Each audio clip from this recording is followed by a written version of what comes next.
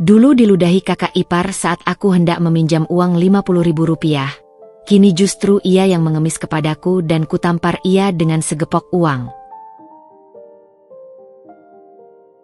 Halo Bunda, semoga Bunda semuanya dalam keadaan sehat dan bahagia ya. Sebelum masuk ke ceritanya, jangan lupa like, komen dan subscribe channel ini ya. Selamat menonton. Pagi itu, kabut kesedihan seakan menyelimuti seluruh sudut rumah kontrakan kami yang sempit. Dari balik jendela yang kusam, aku memandang hujan gerimis yang turun seakan turut meratapi keadaan kami. Aku menarik napas dalam-dalam, mencoba mengumpulkan keberanian untuk mengucapkan kalimat yang sudah sejak tadi malam menggelayut di benakku. Mas, suaraku parau, memecah kesunyian pagi. Panca yang sedang duduk termenung di kursi kayu usang menoleh ke arahku. Matanya yang biasanya berbinar penuh semangat, kini tampak sayu dan lelah. Aku akan ke rumah Kak Indri. Coba meminjam uang untuk biaya praktek Al. Panca langsung menggeleng, wajahnya berkerut kekhawatiran. Jangan, Lus.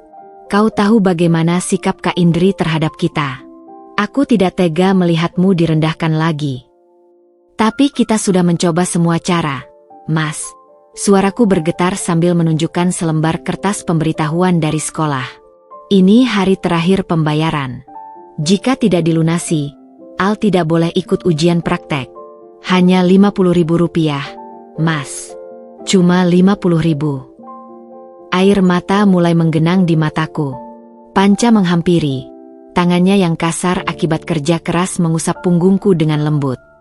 Ini salahku. Sebagai kepala keluarga, seharusnya aku bisa memenuhi kebutuhan keluarga. Suaranya parau penuh penyesalan. Jangan berkata seperti itu, Mas. Keadaan yang memaksa kita seperti ini. PHK yang kau alami bukan keinginanmu. Hiburku sambil berusaha tegar. Aku hanya akan meminjam. Kok, besok setelah gajiku cair, langsung kita kembalikan. Panca menghela napas panjang, lalu memelukku erat. Baiklah, jika kau memang bersikeras. Tapi ingat, jangan biarkan dia menghinamu. 5 menit saja kau di sana. Jika sudah mulai tidak nyaman, pulang saja. Kita akan cari cara lain. Aku mengangguk, berusaha menunjukkan senyum percaya diri yang sama sekali tidak kurasakan. Iya, Mas. Tenang saja. Mungkin kali ini Kak Indri sedang dalam mood baik. Setelah memakai jaket tua yang sudah sering kujahit, kuambil helm butut yang visornya sudah retak. Tanganku gemetar saat menghidupkan mesin motor tua kami yang bunyinya seperti akan rontok setiap saat. Hujan gerimis membasahi wajahku. Atau mungkin itu air mata yang tak kuasa kutahan lagi. Perjalanan ke rumah Kak Indri terasa begitu panjang. Padahal hanya membutuhkan waktu 15 menit. Setiap meter yang kutempuh, seperti menambah beban di pundakku. Aku teringat ejekan terakhir Kak Indri di acara keluarga. Ketika dengan sinisnya dia berkata, hidup itu pilihan. Kalian memilih untuk miskin, ya jangan mengeluh. Sampai di depan pagar besi yang megah, hampir saja aku berbalik arah. Tapi bayangan wajah Al yang mungkin tidak bisa ikut ujian membuatku memberanikan diri. Kutekan bel, dan pelayan mereka yang datang membukakan pintu dengan ekspresi datar. Kak Indri ada? Tanyaku mencoba tersenyum. Dia di taman belakang. Jawabnya singkat sebelum membiarkanku masuk. Kak Indri sedang duduk santai di kursi rotan, menikmati kopi dengan tatapan angkuh. Matanya menyipit saat melihat kedatanganku, seperti sedang memandangi sesuatu yang tidak diinginkannya. Lucy, pagi-pagi sudah kesini? Ada apa? Suaranya tidak ramah, tanpa senyuman. Aku meremas-remas ujung jilbabku, berusaha mengumpulkan semua keberanian yang tersisa. Maaf mengganggu, Kak. Aku mau minta tolong. Bisa pinjam 50.000? Buat bayaran ujian praktek Al. Besok langsung aku kembalikan. Dia mendecakkan lidah, menatapku dari ujung kepala hingga kaki. 50.000? Masa untuk segitu saja harus meminjam? Hidup kalian separah itukah? Keadaan kami sedang sulit, Kak. Panca belum dapat kerja lagi, dan... Dasar, potongnya kasar. Selalu saja ada alasan untuk kalian yang malas.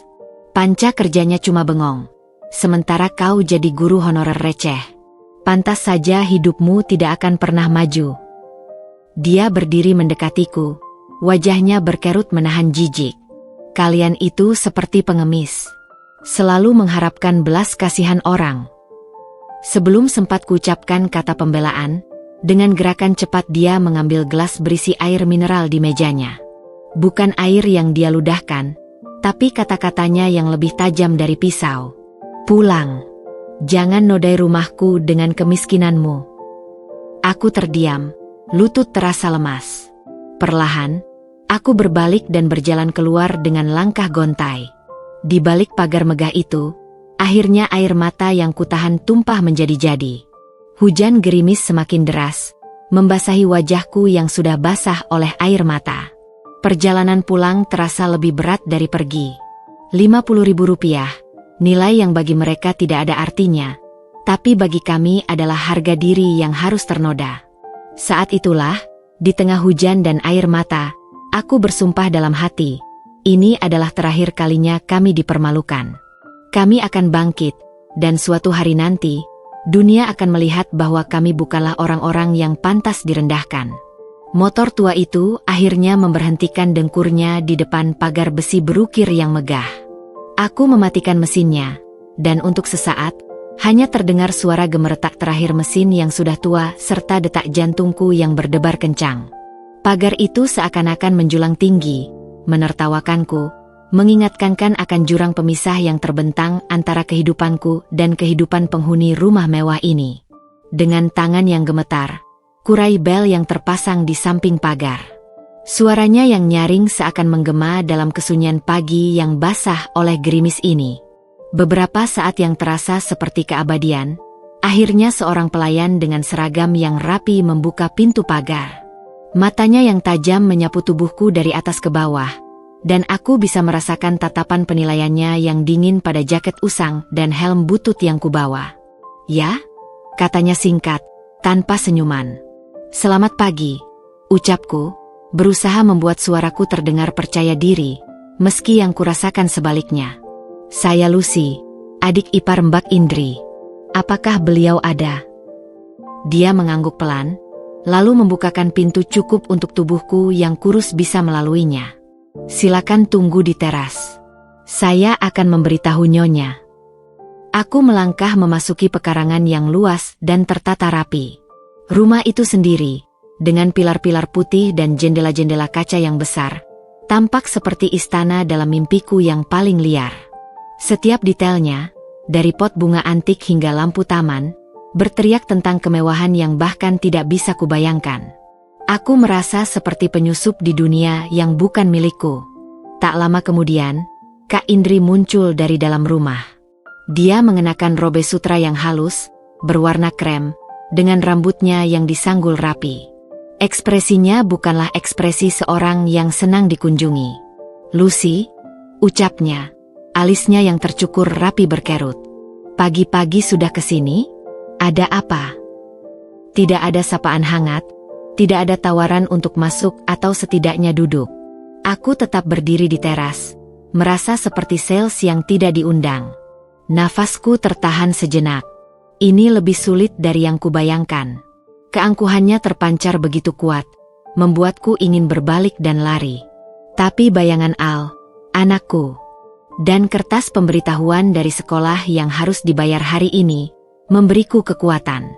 "Kak, maaf mengganggu waktumu," mulaku, suaraku sedikit bergetar. Aku berusaha menenangkannya. Aku ada perlu sedikit. Sebenarnya, ini memalukan bagiku untuk mengatakannya, tapi... Aku menarik nafas dalam-dalam.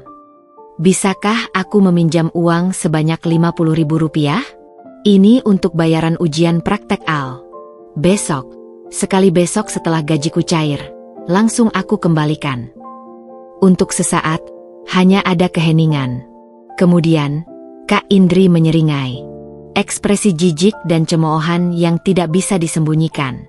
50.000, hardiknya, suaranya meninggi, penuh dengan ketidakpercayaan yang dibuat-buat. Masa untuk segitu saja kamu harus meminjam? Hidup kalian separah itukah? Sampai-sampai tidak punya uang receh 50.000 di dompet. Darahku mendidih, tapi kumaksa diriku untuk tetap tenang. Keadaan kami sedang sangat sulit. Kak, Panca belum dapat kerjaan tetap sejak di PHK. Dan gajiku sebagai guru honorer sangat tidak cukup. Ini benar-benar darurat. Dasar, potongnya lagi, lebih kasar dari sebelumnya. Tangannya yang berhiaskan cincin bermata biru menunjuk ke arahku. Selalu saja ada alasan untuk kalian yang malas. Panca kerjanya cuma bengong dan cari alasan. Sementara kau jadi guru honorer receh yang hasilnya tidak cukup untuk menghidupi sekeluarga. Pantas saja hidupmu tidak akan pernah maju. Kalian tidak punya ambisi. Dia melangkah mendekatiku, dan bau parfumnya yang mahal menusuk hidungku. Wajahnya yang biasanya cantik, sekarang terdistorsi oleh kesombongan dan kekejaman. Kalian itu seperti pengemis. Selalu mengharapkan belas kasihan orang lain. Tidak punya harga diri. Air mata sudah mulai membasahi mataku, tapi kutahan. Aku tidak akan memberinya kepuasan melihatku menangis. Kak, tolonglah. Ini hanya pinjaman kecil. Hanya sekali ini saja. Dia menghela nafas dramatis, seakan-akan permintaanku adalah beban terberat dalam hidupnya. Kemudian, dengan gerakan yang cepat dan penuh penghinaan, dia mengambil gelas berisi air mineral yang separuh habis dari meja kecil di sampingnya. Bukan airnya yang dituangkannya, tapi dia meludah ke arah tanah, tepat di dekat sepatuku yang sudah usang dan berlumpur. Ludahan itu mendarat dengan suara plek yang lembut, tapi di telingaku, suaranya bergema seperti petir. Pulang, bentaknya, suaranya penuh wibawa palsu dan kebencian. Cepat pulang. Jangan nodai rumahku dengan kemiskinan dan kesialanmu. Aku tidak ingin anak-anakku melihat contoh buruk seperti kalian. Seketika itu juga, seluruh keberanian dan harapanku runtuh. Aku hanya bisa menunduk, malu dan hancur. Tanpa mengucapkan sepatah kata pun, aku berbalik dan berjalan menyusuri jalan setapak yang indah menuju pagar, dengan tatapan tajam Kak Indri yang mengekor dari belakang. Pelayan itu membukakan pagar dengan ekspresi kosong, dan aku melangkah keluar, kembali ke dunia nyataku yang keras dan penuh keprihatinan.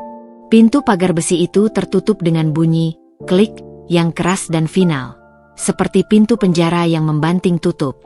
Di balik pagar itu, aku mendengar suara tawa kecil Kak Indri, diikuti dengan perintahnya kepada pelayan. Bersihkan itu, siram area itu. Jangan sampai ada bekas orang-orang seperti itu di sini. Di tengah gerimis yang semakin deras, aku berdiri di seberang jalan, menatap rumah megah itu untuk terakhir kalinya. Air mata akhirnya mengalir deras, bercampur dengan air hujan di pipiku. Rasa malu, kemarahan, dan kepedihan yang mendalam bergolak di dalam dadaku. Saat itulah, di tengah keputusasaan yang paling dalam, sebuah tekad yang kuat mulai tumbuh. Sebuah sumpah yang diukir dalam hati oleh ludahan dan penghinaan. Ini adalah yang terakhir kalinya. Aku, Lucy, bersama Panca suamiku, akan bangkit. Kami akan membuktikan bahwa harga diri tidak bisa dibeli dengan uang, dan bahwa kami bukanlah orang-orang yang pantas direndahkan seperti ini. Perjalanan pulang dari rumah Kak Indri terasa seperti berjalan dalam mimpi buruk yang tak berujung. Hujan gerimis telah berubah menjadi rintik-rintik yang lebih deras, membasahi seluruh tubuhku hingga ke tulang. Tapi rasa basah karena hujan itu tidak semenyakitkan rasa basah karena air mata yang tak henti mengalir di pipiku. Setiap tetes air hujan yang mengenai kulitku terasa seperti cercaan baru, mengingatkanku pada penghinaan yang baru saja kuterima. Motor tua kami yang sempat mogok 2 kali di perjalanan seakan ikut merasakan kepedihanku. Mesinnya terengah-engah seolah enggan membawaku pulang ke kenyataan yang tak kalah pahit. Saat akhirnya sampai di depan rumah kontrakan kami yang sempit, aku duduk masih di atas motor selama beberapa saat. Mataku tertuju pada jendela kamar Al, anak kami, yang masih gelap. Dia pasti sudah berangkat sekolah dengan harapan bahwa ibunya akan berhasil mengumpulkan uang untuk ujian prakteknya. Pedihnya rasanya, lebih pedih dari ludahan Kak Indri.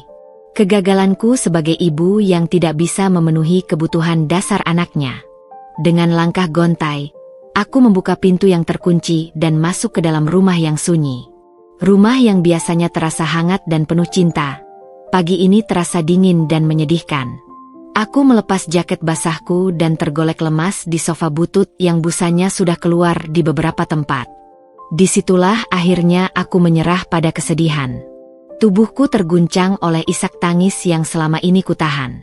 Tangisan untuk harga diri yang terluka, untuk masa depan yang suram, dan untuk ketidakberdayaan yang menghimpit.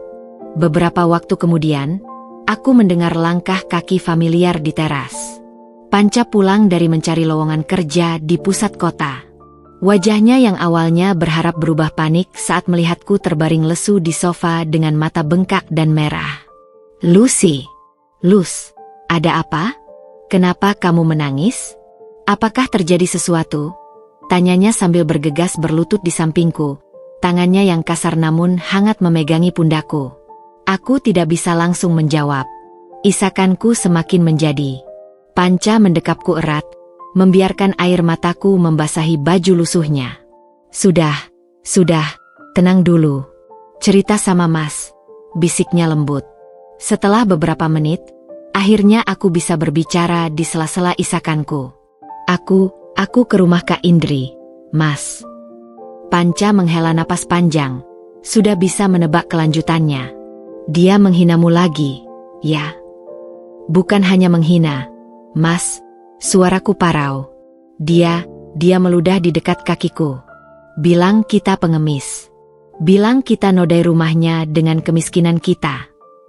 Setiap kata yang kuucapkan terasa seperti mengulang luka yang baru saja terbentuk. Wajah Panca berubah pucat, lalu memerah karena kemarahan yang dia coba tahan. Aku bisa melihat otot rahangnya menegang. Apa? Dia berani sekali. Harusnya aku yang menemanimu. Harusnya aku yang melindungimu dari penghinaan seperti itu. Bukan salahmu, Mas, kataku sambil menggenggam tangannya. Ini salah kita berdua. Kita membiarkan diri kita sampai pada titik di mana orang bisa memperlakukan kita seperti sampah. Panca mengangkat wajahku, memaksaku menatap matanya yang penuh tekad. Dengarkan aku, Lucy. Ini akan menjadi yang terakhir kalinya. Terakhir kalinya kita meminta-minta. Terakhir kalinya kita direndahkan seperti ini. Aku mengangguk, mataku juga mulai menunjukkan tekad yang sama. Aku bersumpah, Mas, mulai hari ini, kita akan ubah hidup kita. Kita akan buktikan pada Kak Indri dan semua orang yang meremehkan kita, bahwa kita bukanlah orang-orang yang pantas dihinakan. Kita akan kerja keras, Luz. Lebih keras dari sebelumnya. Panca berkata dengan suara bergetar namun penuh keyakinan. Aku akan manfaatkan semua skill otomotifku. Bengkel kecil di garasi. Apapun. Dan kamu, dengan kepintaranmu, pasti bisa menemukan cara. Aku akan kembangkan kursus privatku. Mas, aku akan terima lebih banyak murid. Aku juga bisa menawarkan jasa mengarang modul belajar, kataku, mulai melihat secercah harapan. Panca memelukku lagi, kali ini lebih erat. Kita mungkin tidak punya uang sekarang, tapi kita punya semangat dan kemampuan. Kita akan mulai dari nol, dari bawah. Tapi aku janji, kita akan bangkit. Demi Al, Mas. Demi masa depan anak kita, bisikku, menatap foto Al di meja yang sedang tersenyum polos. Kita tidak boleh menyerah. Penghinaan hari ini akan menjadi bahan bakar kita. Ya, Luz. Marah kita, malu kita, sakit hati kita. Kita ubah semua itu menjadi kekuatan. Panca berucap sambil menatapku dalam-dalam. Biarlah ludahan Kak Indri menjadi pupuk yang menyuburkan tekad kita. Suatu hari nanti, kita akan tunjukkan pada mereka semua bahwa harga diri tidak bisa dibeli dengan uang, dan kesuksesan sejati adalah ketika kita bisa bangkit dari keterpurukan. Kami duduk berpelukan dalam waktu yang lama, di sofa butut di rumah kontrakan yang sempit. Di luar, hujan masih turun, tapi di dalam hati kami, api tekad telah mulai menyala. Api yang dinyalakan oleh air mata dan penghinaan, namun akan dikobarkan oleh kerja keras dan ketekunan. Saat itulah, dalam kesedihan dan kepedihan, kami menemukan kembali kekuatan kami sebagai pasangan suami istri. Sebuah sumpah yang diucapkan dalam air mata, namun akan diwujudkan dengan keringat dan perjuangan tanpa henti. Pagi setelah insiden memilukan di rumah Kak Indri, kami bangkit dengan tekad yang membaja. Mata kami masih sedikit bengkak, tetapi hati kami telah dipenuhi oleh api semangat yang tak pernah ada sebelumnya. Panca membangunkan aku lebih awal dari biasanya, dengan sorot mata yang telah kehilangan keputusasaan dan digantikan oleh determinasi tajam. "Luz, aku sudah berpikir semalam," katanya sambil duduk di sisi tempat tidur, tangannya memegang erat tanganku. "Aku tidak akan lagi mengandalkan lowongan kerja orang lain. Aku punya keahlian di bidang otomotif, dan itu yang akan kita gunakan." Aku mengangguk, duduk dan menyandarkan badan ke bahunya yang kokoh. "Aku juga sudah merencanakan sesuatu, Mas. Aku akan kembangkan kursus privatku. Selama ini aku hanya menerima 2-3 murid, tapi sebenarnya banyak orang tua yang membutuhkan guru privat yang sabar dan berpengalaman." Panca tersenyum, senyum pertama yang tulus sejak dia di PHK. "Bagus. Tapi kita butuh modal awal." Aku hitung-hitung, untuk memulai bengkel kecil di garasi, kita butuh sekitar 2 juta rupiah untuk peralatan dasar dan suku cadang. Aku segera turun dari tempat tidur dan mengambil celengan tanah liat yang selama ini kami isi dengan recehan. "Ayo kita hitung tabungan kita, Mas. Berapa yang bisa kita kumpulkan?" Kami menghabiskan 1 jam berikutnya menghitung setiap lembar uang dan setiap koin yang ada di celengan. Hasilnya membuat hati kami sedikit ciut. Hanya 875.000 rupiah. "Ini tidak cukup, Luz," desah Panca. Wajahnya mulai muram lagi. "Tunggu," kataku, teringat sesuatu. Aku bergegas ke lemari dan mengambil kotak kayu kecil tempatku menyimpan perhiasan sederhana peninggalan almarhum ibuku. "Kita bisa jual kalung emas ini. Aku yakin ini bisa menutupi kekurangannya." Panca menggeleng, matanya berkaca-kaca. "Tidak, Luz. Itu hadiah terakhir dari ibumu sebelum meninggal. Aku tidak tega." "Bunda pasti akan mengerti, Mas," kataku dengan suara lembut namun tegas. Dia selalu bilang, perhiasan hanya benda. Yang penting adalah bagaimana kita berusaha untuk keluarga kita. Dan ini untuk masa depan Al, untuk kita. Setelah sedikit pembicaraan hati-hati, akhirnya Panca setuju. Hari itu juga kami pergi ke Pegadaian. Saat menyerahkan kalung emas peninggalan ibuku, hatiku terasa sakit, tapi tekadku lebih kuat. Dengan uang dari Pegadaian ditambah tabungan kami, terkumpullah 3 juta rupiah. "Luz, aku janji akan menebus kembali kalung itu," Panca berbisik sambil memegangi pundakku erat saat kami keluar dari Pegadaian. "Aku percaya, Mas. Sekarang, ayo kita mulai bekerja." Esok harinya, dimulailah babak baru kehidupan kami. Garasi kecil berukuran 3x4 meter yang selama ini hanya menjadi tempat penyimpanan barang-barang bekas, kami bersihkan hingga bersih. Panca dengan penuh semangat mulai merancang tata letak bengkel kecilnya. "Ini untuk meja kerja," katanya sambil menunjuk sudut yang terkena cahaya matahari pagi. "Dan di sini akan aku pasang rak untuk menyimpan peralatan dan suku cadang." Sementara Panca membenahi garasi, aku mulai menjalankan rencanaku.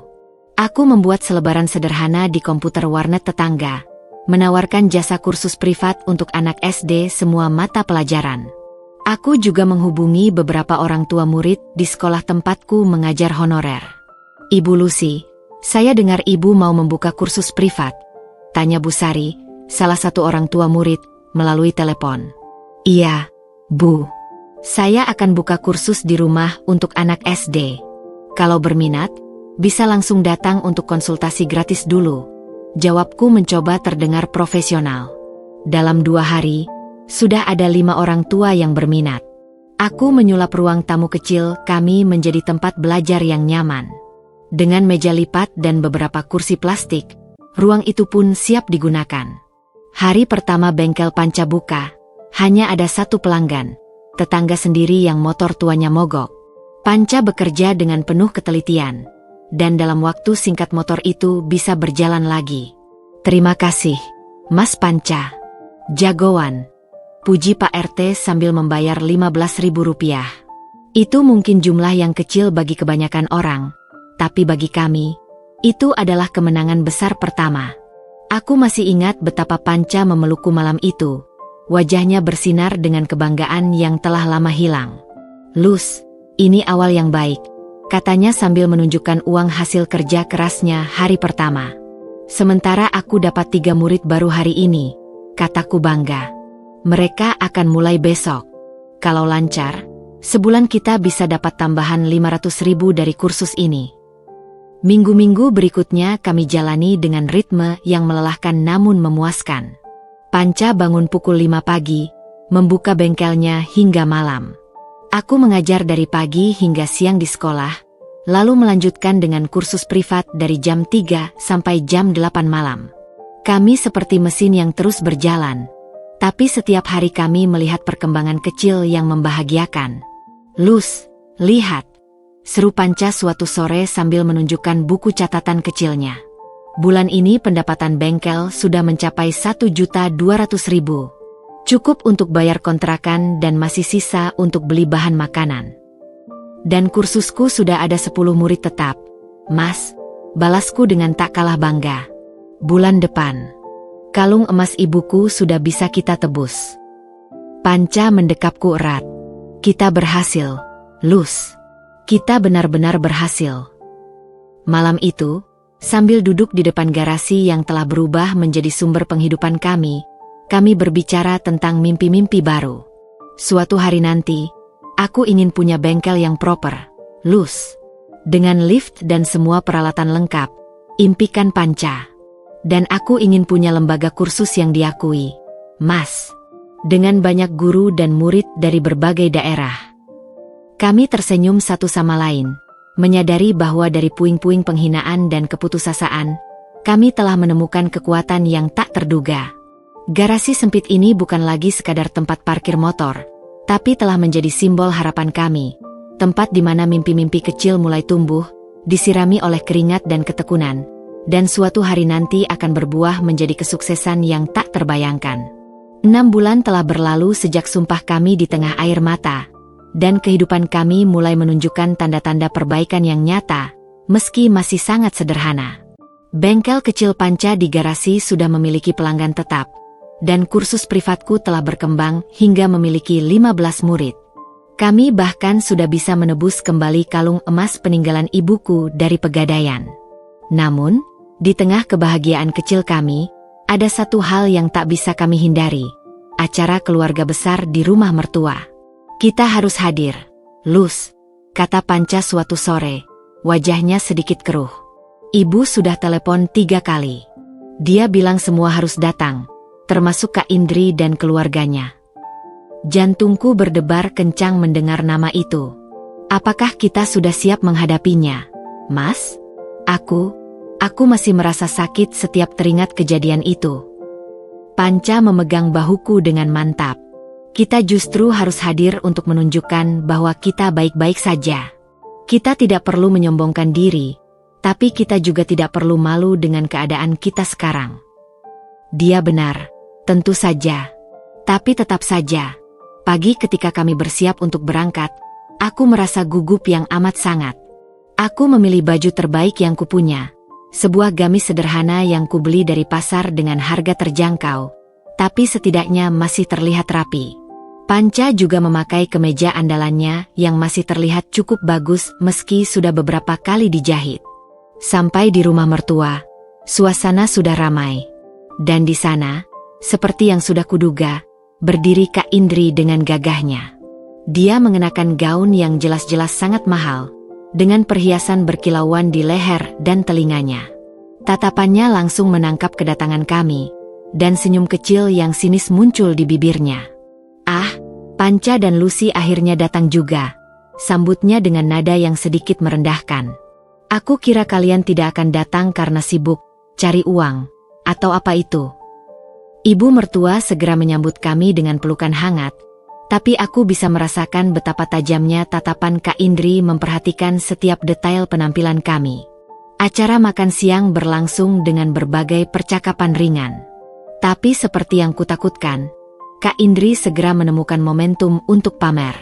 "Oh iya, kalian lihat tas baruku," katanya tiba-tiba, mengangkat tas tangan yang terbuat dari kulit eksotis dengan logo merek terkenal terpampang jelas. "Baru saja ku beli dari Singapura.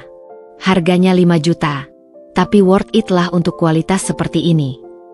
Beberapa keluarga lain mengangguk dengan sopan, tapi dia tidak berhenti di situ. Matanya yang tajam beralih ke tas sederhanaku yang hanya berharga 150.000 dari pasar. "Lucy, tasmu itu lucu sekali," sindirnya dengan senyum tipis. "Model jadul ya? Atau memang sengaja beli yang vintage?" Panca menggenggam tanganku erat di bawah meja, memberiku kekuatan. "Tas Lucy masih bagus, Kak.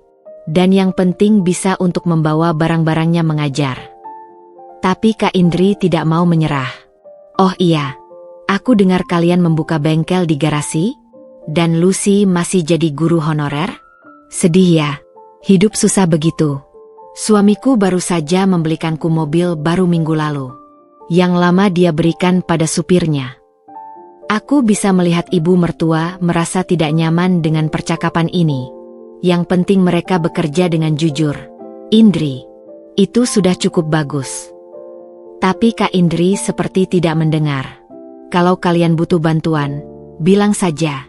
Suamiku mungkin bisa carikan lowongan kerja yang lebih baik untuk Panca, daripada cuma membuka bengkel receh di garasi." Panca menarik napas dalam-dalam. "Terima kasih, Kak. Tapi kami baik-baik saja. Bengkel saya sudah mulai berkembang, dan kursus Lucy juga sudah punya banyak murid." "Ah, perkembangan ala kadarnya ya," ledek Kak Indri sambil tertawa kecil. "Tetangga kita, Pak Budi, itu baru sukses.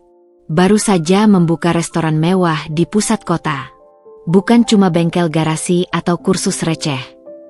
Saat itulah, untuk pertama kalinya, aku merasa kemarahan yang membara dalam diriku. Bukan karena dia merendahkan kami, tapi karena dia meremehkan setiap tetes keringat dan usaha yang telah kami curahkan. "Setiap usaha yang halal itu mulia, Kak," kataku dengan suara tenang meski tangan di bawah meja bergetar. "Kami bangga dengan apa yang kami kerjakan. Bengkel Panca mungkin kecil, tapi sudah menghidupi kami dengan jujur. Kursus saya mungkin sederhana, tapi sudah membantu banyak anak memahami pelajaran mereka." Kak Indri terkekeh. "Alasan orang miskin memang selalu begitu," bilangnya mulia, padahal karena tidak mampu dapat yang lebih baik. Panca berdiri dari tempat duduknya. "Maaf, Ibu. Kami harus pulang dulu. Masih ada pesanan yang harus diselesaikan di bengkel." Di perjalanan pulang, kami diam saja. Hingga akhirnya Panca memecah kesunyian. "Kau baik-baik saja, Lus?" Aku mengangguk. Meski sebenarnya hatiku sakit. "Dia tidak akan pernah berubah, Mas. Tapi kita tidak boleh membiarkan kata-katanya memengaruhi kita." "Justru sebaliknya," jawab Panca dengan tekad yang kuat. "Kita akan jadikan semua ejekannya sebagai motivasi. Suatu hari nanti, dia akan melihat bahwa yang disebut usaha receh ini akan membawa kita pada kesuksesan sejati." Malam itu, sambil memandangi tas sederhanaku yang diejek tadi, aku berjanji pada diri sendiri. Kami akan terus bekerja keras, bukan untuk menyombongkan diri seperti Kak Indri, tapi untuk membuktikan bahwa nilai seseorang tidak diukur dari barang mewah yang dia miliki, tapi dari kerja keras dan integritas yang dia pegang teguh. Dan dalam diam, aku juga berharap suatu hari nanti Kak Indri akan menyadari bahwa menara gading kesombongannya suatu saat akan runtuh. Sementara fondasi sederhana yang kami bangun dengan susah payah akan tetap kokoh berdiri. Setahun telah berlalu sejak acara keluarga yang tak terlupakan itu. Musim hujan kembali tiba, tetapi kali ini, Hujan seakan membawa berkah bagi keluarga kami. Setiap tetes air yang jatuh dari langit seolah menyirami benih-benih usaha yang telah kami tanam dengan susah payah. Suatu pagi yang cerah, Panca memanggilku ke garasi dengan suara yang tak bisa menyembunyikan kegembiraan. "Luz, kemari. Lihat ini." Aku bergegas keluar, dan yang kulihat membuat hatiku berbunga-bunga. Garasi kecil kami yang dulu hanya muat untuk satu motor, kini telah diperluas dengan membangun kanopi sederhana di halaman depan. Di bawah kanopi itu, terparkir 3 motor yang sedang diperbaiki, dan 2 pelanggan sedang menunggu dengan sabar. "Lihat buku catatan kita," kata Panca sambil menyodorkan sebuah buku tulis yang sudah penuh coretan. Matanya berbinar bangga. "Bulan lalu, pendapatan bengkel kita mencapai 3 juta rupiah. Itu belum termasuk pesanan khusus untuk modifikasi motor." Aku tak bisa menahan senyum lebar. "Mas, itu luar biasa." Dan kursusku juga semakin berkembang. Sekarang sudah ada 25 murid tetap, dan bulan lalu aku bisa menyisihkan 1,5 juta untuk tabungan kita. Panca mendekat dan memelukku erat. "Kita sudah mulai melihat hasilnya, Luz. Kerja keras kita tidak sia-sia." Namun, kesuksesan kecil kami tidak berhenti di situ. Beberapa hari kemudian, sebuah kejutan tak terduga datang.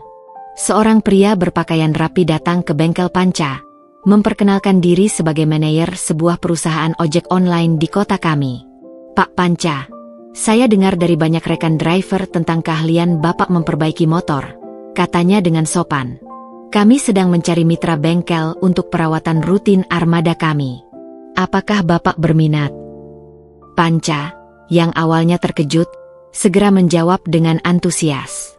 "Tentu saja, Pak. Sangat berminat. Silakan kita bicarakan detailnya." Setelah pertemuan yang berlangsung hampir 2 jam, Panca masuk ke rumah dengan wajah yang tak bisa menyembunyikan kegembiraan. "Luz, kau tidak akan percaya. Mereka mau memberikan 15 motor untuk perawatan rutin setiap bulannya. Ini kontrak jangka panjang." Aku hampir tidak percaya dengan apa yang kudengar. "Benarkah, Mas? Itu luar biasa." "Dan itu belum semuanya," tambah Panca sambil duduk di kursi, masih terlihat sedikit limbung. "Mereka juga mau memesan modifikasi khusus untuk 10 motor premium mereka. Proyek besar pertama kita, Luz." Sementara itu, usahaku juga tidak kalah berkembang. Seorang ibu dari murid privatku, yang ternyata kepala sekolah di sebuah SD swasta, menawarkan kerjasama yang tidak kalah menarik. "Bu Lucy, saya perhatikan metode mengajar ibu sangat efektif untuk anak-anak," katanya suatu sore usai kursus. "Apakah ibu berminat menjadi konsultan pembelajaran untuk sekolah kami? Kami membutuhkan seseorang untuk menyusun modul pembelajaran yang lebih menarik." Aku hampir tersedak air mineral yang sedang kuminum. Saya sangat tertarik, Bu. Tapi saya harus jujur, pengalaman saya masih terbatas. Justru dari portofolio modul yang ibu buat untuk kursus inilah yang membuat kami tertarik, jawabnya dengan ramah. "Kami yakin ibu bisa." Malam itu, kami duduk di meja makan kecil kami, menghadapi 2 tawaran yang bisa mengubah hidup kami. "Kita harus memikirkan ini matang-matang, Luz," kata Panca sambil memegang tanganku. "Kedua tawaran ini berarti tanggung jawab yang lebih besar. Apakah kita siap?" Aku mengangguk perlahan. "Kita sudah melalui masa-masa sulit, Mas.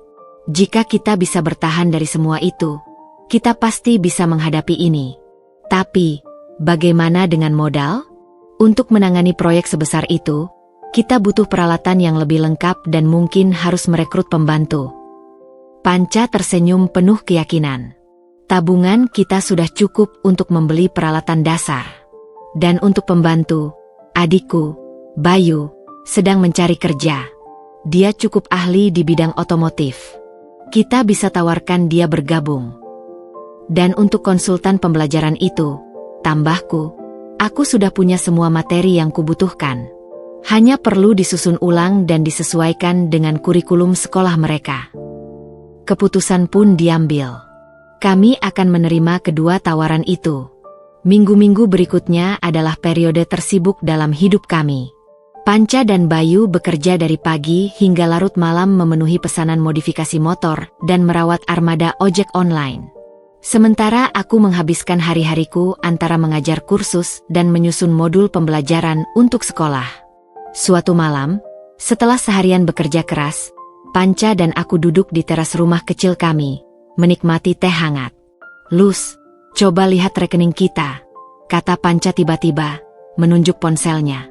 Aku mengambil ponsel itu, dan mataku membelalak tak percaya. Ini tidak mungkin, Mas. Saldonya sudah mencapai 15 juta. Panca tertawa lepas, tertawa yang penuh kelegaan dan kebahagiaan. "Iya, Lus. Itu setelah kita bayar semua kebutuhan dan bayar gaji Bayu. Kita akhirnya bisa bernapas lega." Air mata kebahagiaan menggenang di mataku. "Kita berhasil, Mas. Kita benar-benar berhasil. Dan ini baru awal, Lus," kata Panca dengan mata berbinar. "Aku sudah melihat tempat yang lebih layak untuk dijadikan bengkel proper. Dan untukmu, bagaimana jika kita mulai memikirkan untuk membuka lembaga kursus yang resmi?" Impian yang dulu terasa begitu jauh, kini mulai terlihat di ujung mata. Kami bukan lagi keluarga yang harus meminjam Rp50.000 untuk kebutuhan mendesak.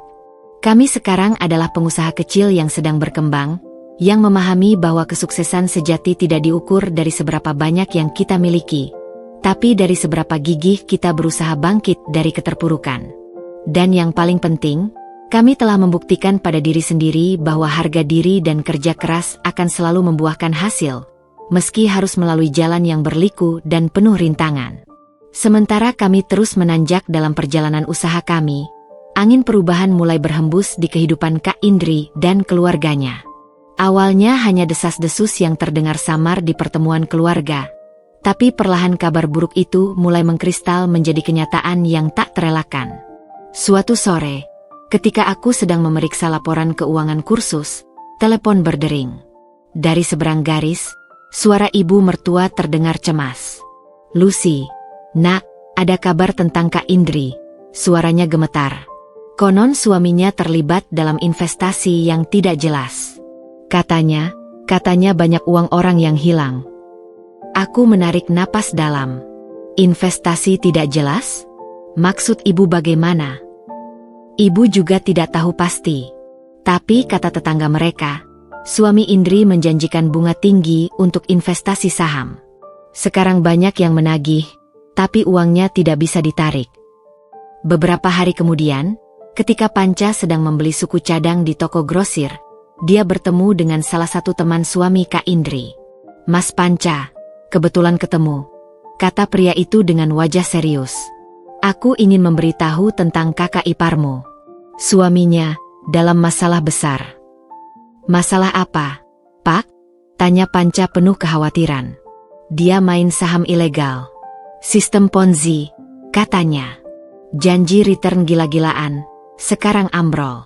Banyak korban, termasuk orang-orang dekatnya sendiri. Rumahnya sudah digeruduk penagih hutang seminggu terakhir." Panca pulang dengan wajah pucat. "Lus, ternyata kabar itu benar. Suami Kak Indri bermain saham ilegal. Sistem Ponzi. Sekarang bangkrut total." Aku duduk terpana. Sistem Ponzi? Itu kan sangat berbahaya. Bagaimana dengan nasib Kak Indri dan anak-anaknya? "Katanya mereka masih berusaha tutupi keadaan," jawab Panca sambil menggeleng. "Masih pakai mobil mewah, masih pamer kemewahan di media sosial.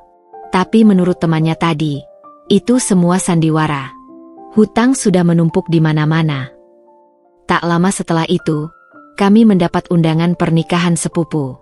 Di acara itulah kami menyaksikan sendiri perubahan drastis pada Kak Indri.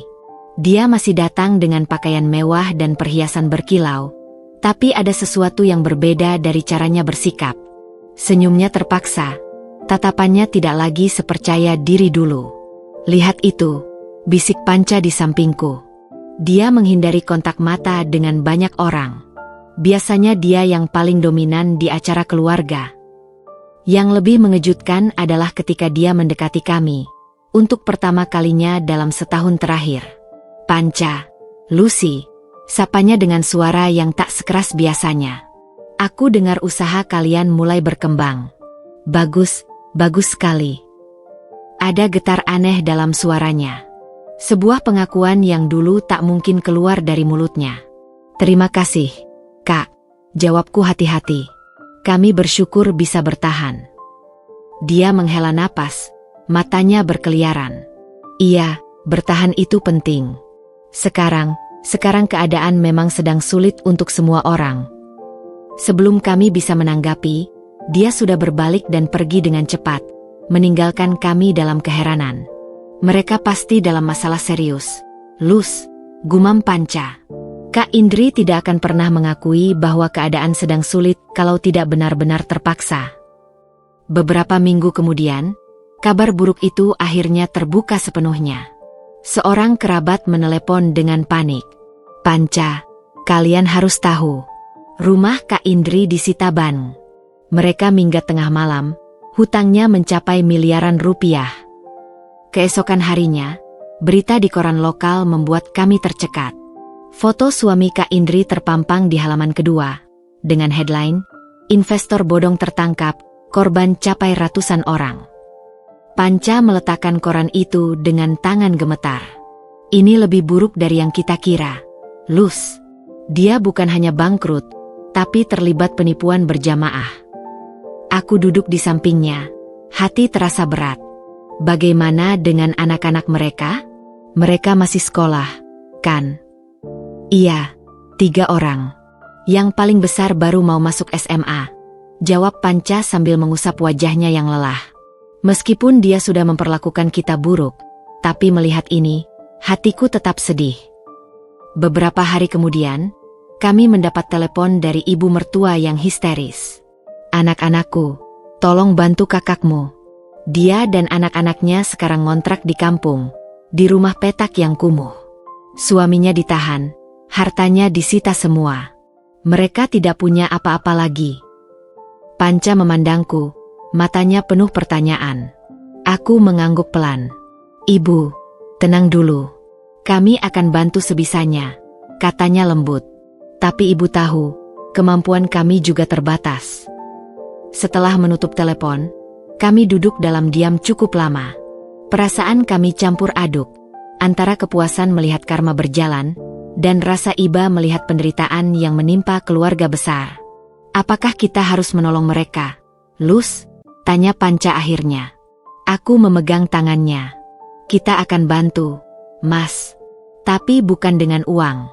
Kita akan tawarkan pekerjaan, atau bantuan yang tidak merusak harga diri mereka.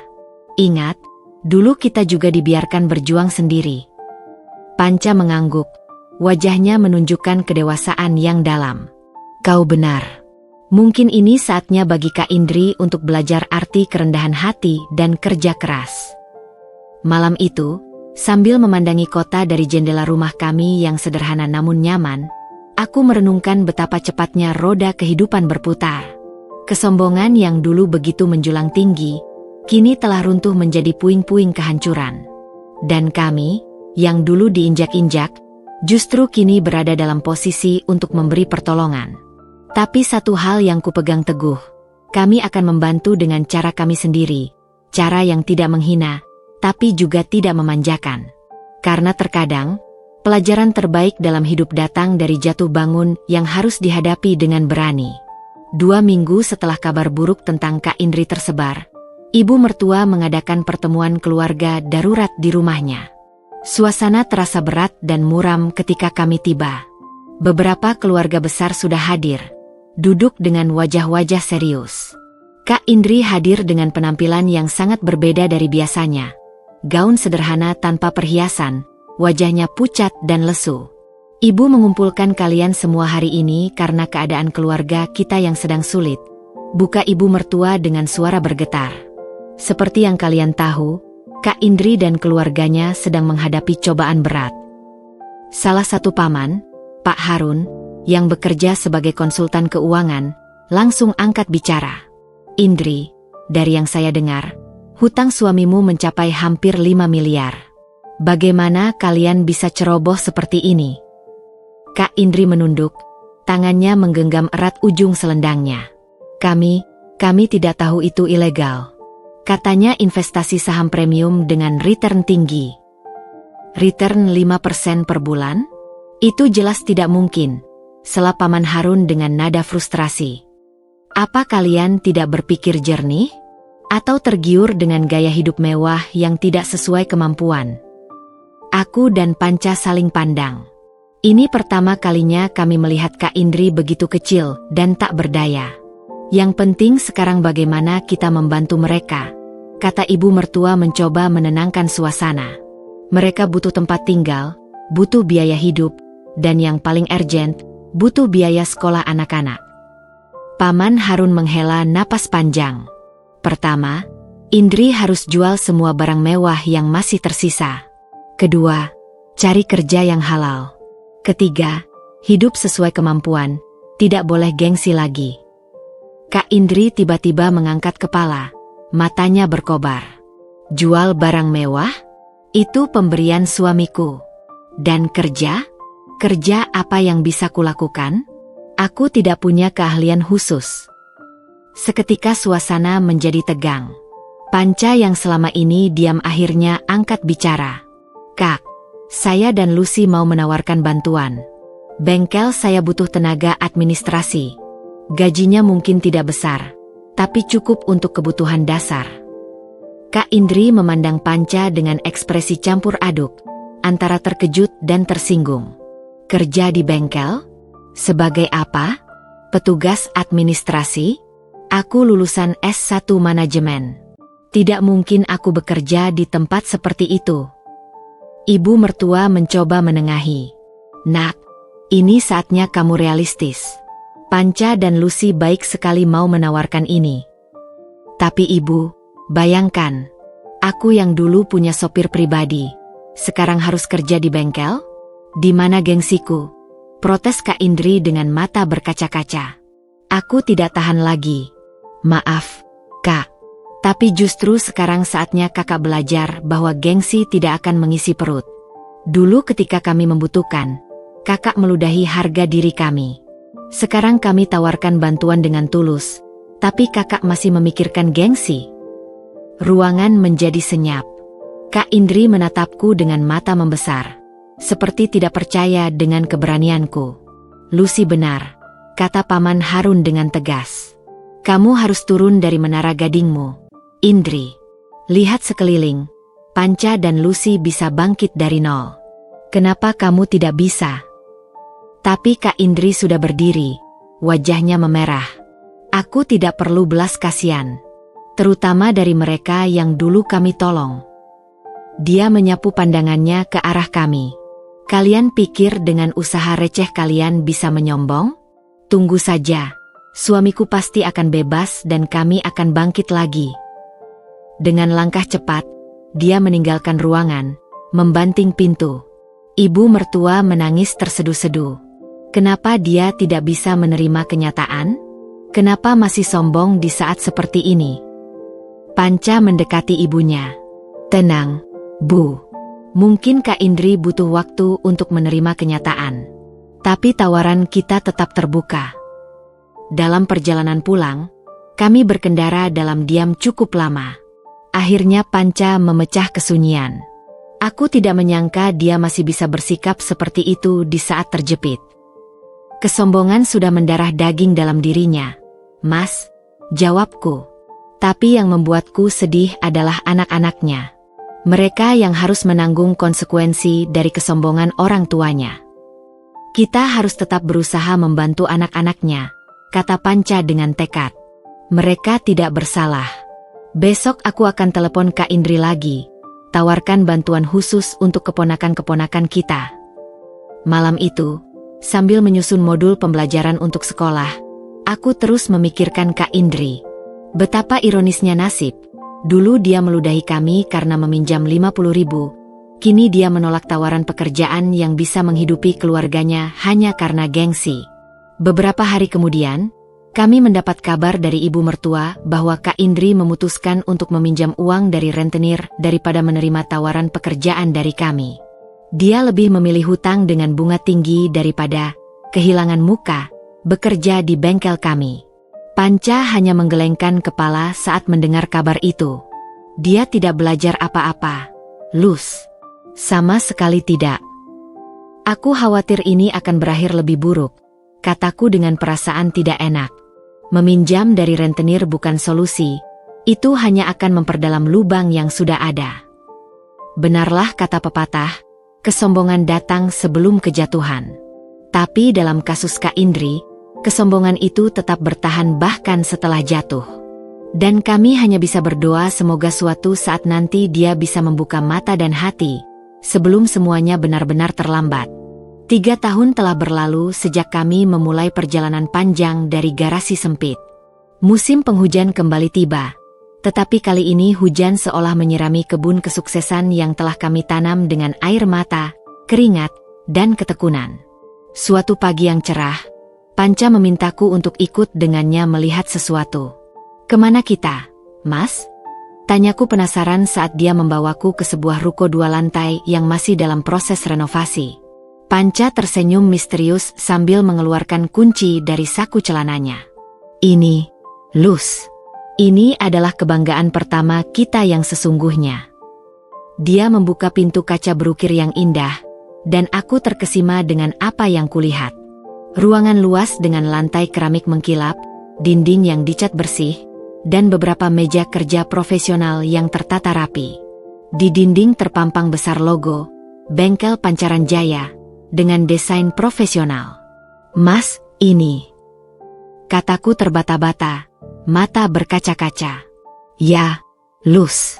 Ini bengkel baru kita," jawab Panca bangga, tangannya merangkul pundakku.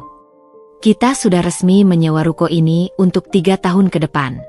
Lantai atas untuk kantor dan ruang tunggu pelanggan, lantai bawah untuk workshop." Aku berjalan memasuki ruangan, menyentuh setiap sudut dengan perasaan tak percaya. "Tapi, biayanya? Bagaimana kita bisa?" Panca tertawa lepas.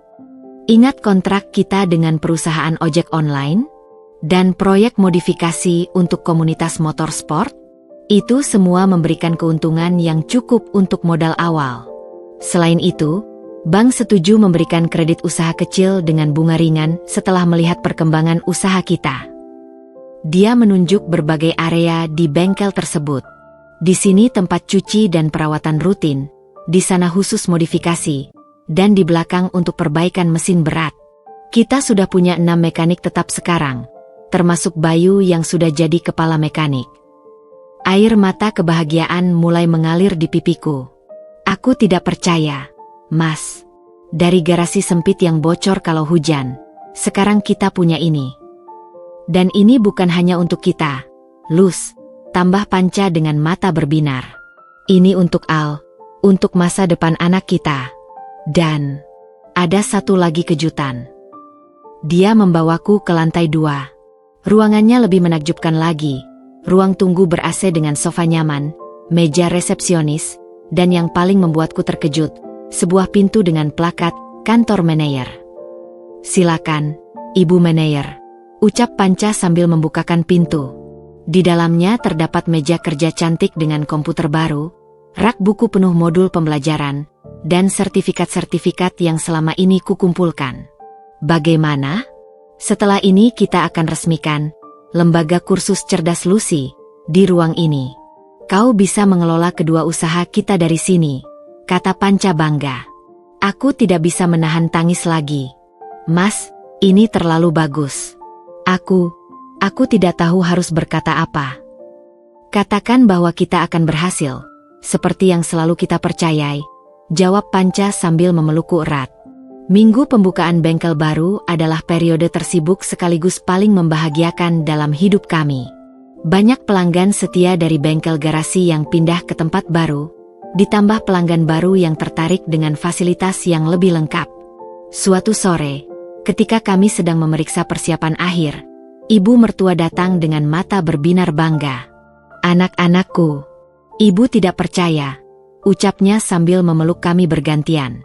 Dari ngontrak di rumah petak, sekarang punya usaha seperti ini. Ibu selalu percaya pada kalian. Terima kasih, Bu. Tapi ini semua berkat dukungan ibu juga, jawabku tulus. Ibu mertua kemudian menghela napas. Indri seharusnya melihat ini. Mungkin dia akan belajar sesuatu. Panca dan aku saling pandang. Bagaimana kabar Kak Indri sekarang, Bu? Tanya Panca. Ibu mertua menggeleng sedih. Masih sama. Masih ngontrak di kampung. Masih bergantung pada hutang. Anak-anaknya terpaksa pindah sekolah negeri. Tapi yang membuatku sedih, dia masih tidak mau mendengarkan nasihat keluarga. Malam peresmian bengkel, kami mengadakan acara sederhana untuk keluarga, teman, dan pelanggan setia. Saat menyampaikan sambutan, Panca memegang tanganku erat. 3 tahun yang lalu, istriku datang kepada saya dengan mata penuh air mata karena dipermalukan saat meminjam Rp50.000. Mulanya, suaranya tegas namun bergetar. Hari itu kami berjanji akan mengubah hidup kami. Dan hari ini, dengan pertolongan Tuhan dan dukungan kalian semua, kami membuktikan bahwa kerja keras dan ketekunan tidak pernah mengkhianati. Sambutan hangat dari hadirin membuat kami semakin terharu. Banyak yang tahu perjuangan kami dari bawah, dan mereka menghargai setiap langkah yang telah kami tempuh. Ketika acara hampir berakhir, seorang kerabat mendekati kami dengan berbisik. Indri sebenarnya datang tadi, tapi hanya berdiri di luar.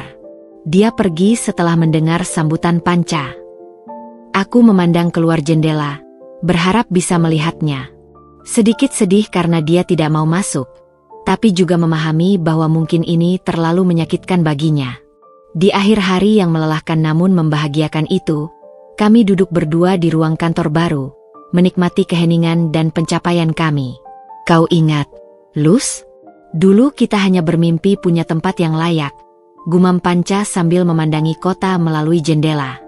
Aku mengangguk, menggenggam tangannya. Dan sekarang kita punya lebih dari yang kita mimpikan. Tapi yang paling berharga bukan bangunan ini, Mas. Tapi pelajaran bahwa kita bisa melalui semua rintangan asal bersama-sama. Benar, jawab Panca sambil menatapku dalam-dalam. Dan ini baru awal, Lus. Masih banyak lagi yang akan kita capai. Kebanggaan pertama kami bukanlah pada bangunan fisik yang berhasil kami dirikan, tapi pada keyakinan yang telah kami buktikan, bahwa dengan tekad dan kerja keras, tidak ada mimpi yang terlalu tinggi untuk dicapai. Dan yang terpenting, kami tetap menjadi orang yang sama, tetap rendah hati dan tidak pernah melupakan dari mana kami berasal. 6 bulan setelah pembukaan bengkel baru kami, badai benar-benar menghantam kehidupan Kak Indri. Suatu malam, ketika kami sedang menyelesaikan pembukuan di kantor baru, telepon ibu mertua berdering dengan panik. Panca, Lucy, kalian harus segera ke rumah ibu. Suaranya terisak-isak. Indri mencoba bunuh diri. Dunia seakan berhenti berputar. Panca hampir menjatuhkan ponselnya. Apa? Bagaimana bisa? Di mana dia sekarang, Bu? Dia di rumah sakit umum. Kondisinya stabil. Tapi, ibu mertua tidak bisa melanjutkan. Tangisnya semakin menjadi. Kami segera bergegas ke rumah sakit. Sepanjang perjalanan, suasana dalam mobil sangat mencekam. Panca menggenggam kemudi dengan kuat, wajahnya pucat. Aku tidak menyangka dia akan mengambil jalan ini, gumamnya dengan suara serak. Sombongnya mungkin hanya tameng, Lus, jawabku sambil memandangi jalan yang dilewati. Dalam hatinya, dia pasti menderita sekali.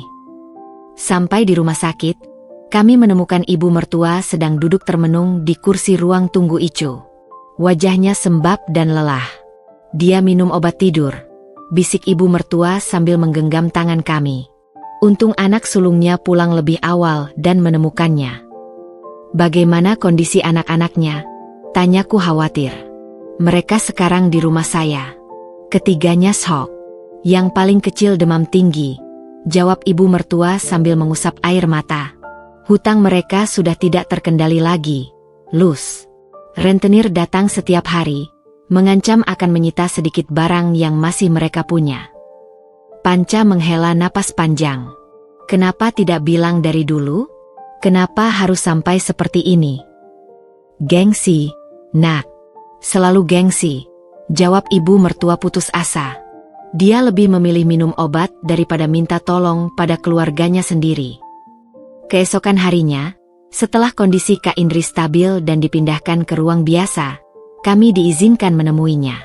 Wajahnya pucat, matanya kosong menatap langit-langit ruangan. Ketika melihat kami masuk, dia memalingkan muka. "Kak," sapa Panca lembut sambil mendekati tempat tidurnya. "Kenapa tidak bicara pada kami? Kenapa harus melakukan ini?" Kak Indri tetap diam, tapi air mata mulai mengalir di pelipisnya. Aku mendekat dan memegang tangannya yang dingin. "Kak Indri, kami di sini untuk membantumu, bukan untuk menghakimi," kataku pelan. Dia menarik napas dalam-dalam, suaranya parau ketika akhirnya berbicara. "Mana mungkin kalian mau menolongku? Setelah semua yang kulakukan pada kalian." Panca duduk di sisi tempat tidurnya. "Kita keluarga, Kak.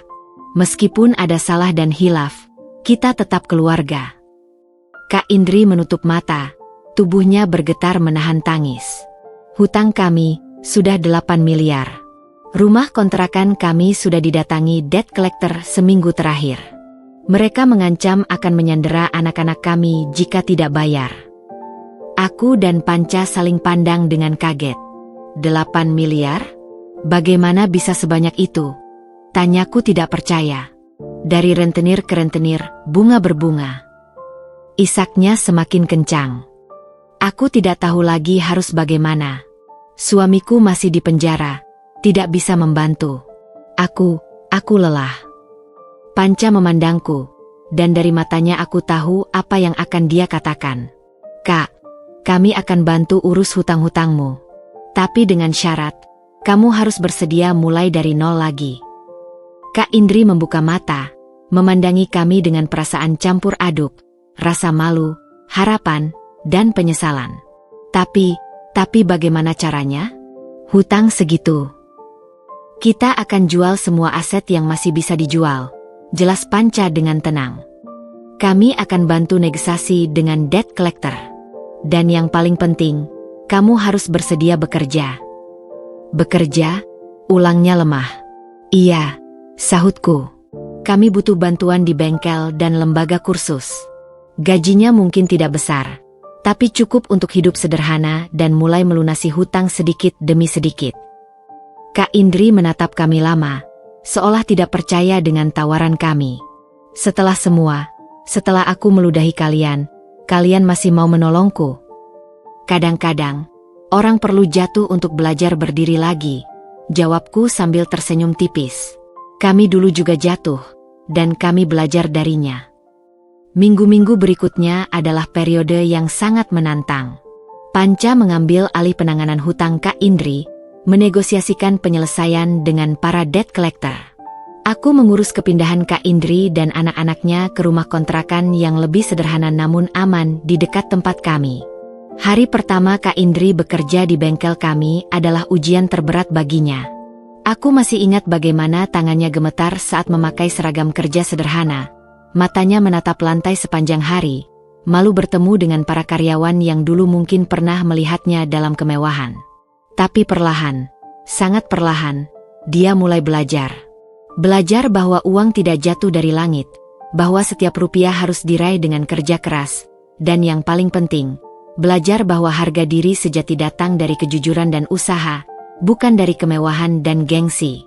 Suatu malam, setelah seharian bekerja, Kak Indri mendatangiku di kantor.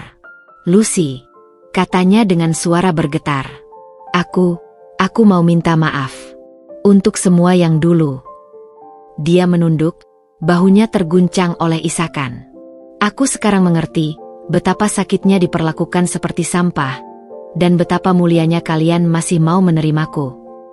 Aku memeluknya erat, merasakan betapa rapuhnya dia sekarang. "Sudah lewat, Kak. Yang penting sekarang kita mulai baru." Dalam pelukanku, Kak Indri akhirnya menyerah pada air matanya. runtuh sepenuhnya. Dan dalam kehancurannya itu, kami melihat sebuah awal baru, sebuah kesempatan untuk membangun kembali bukan hanya kehidupannya, tapi juga karakternya. Keruntuhan total yang dialaminya mungkin terlihat seperti akhir segalanya.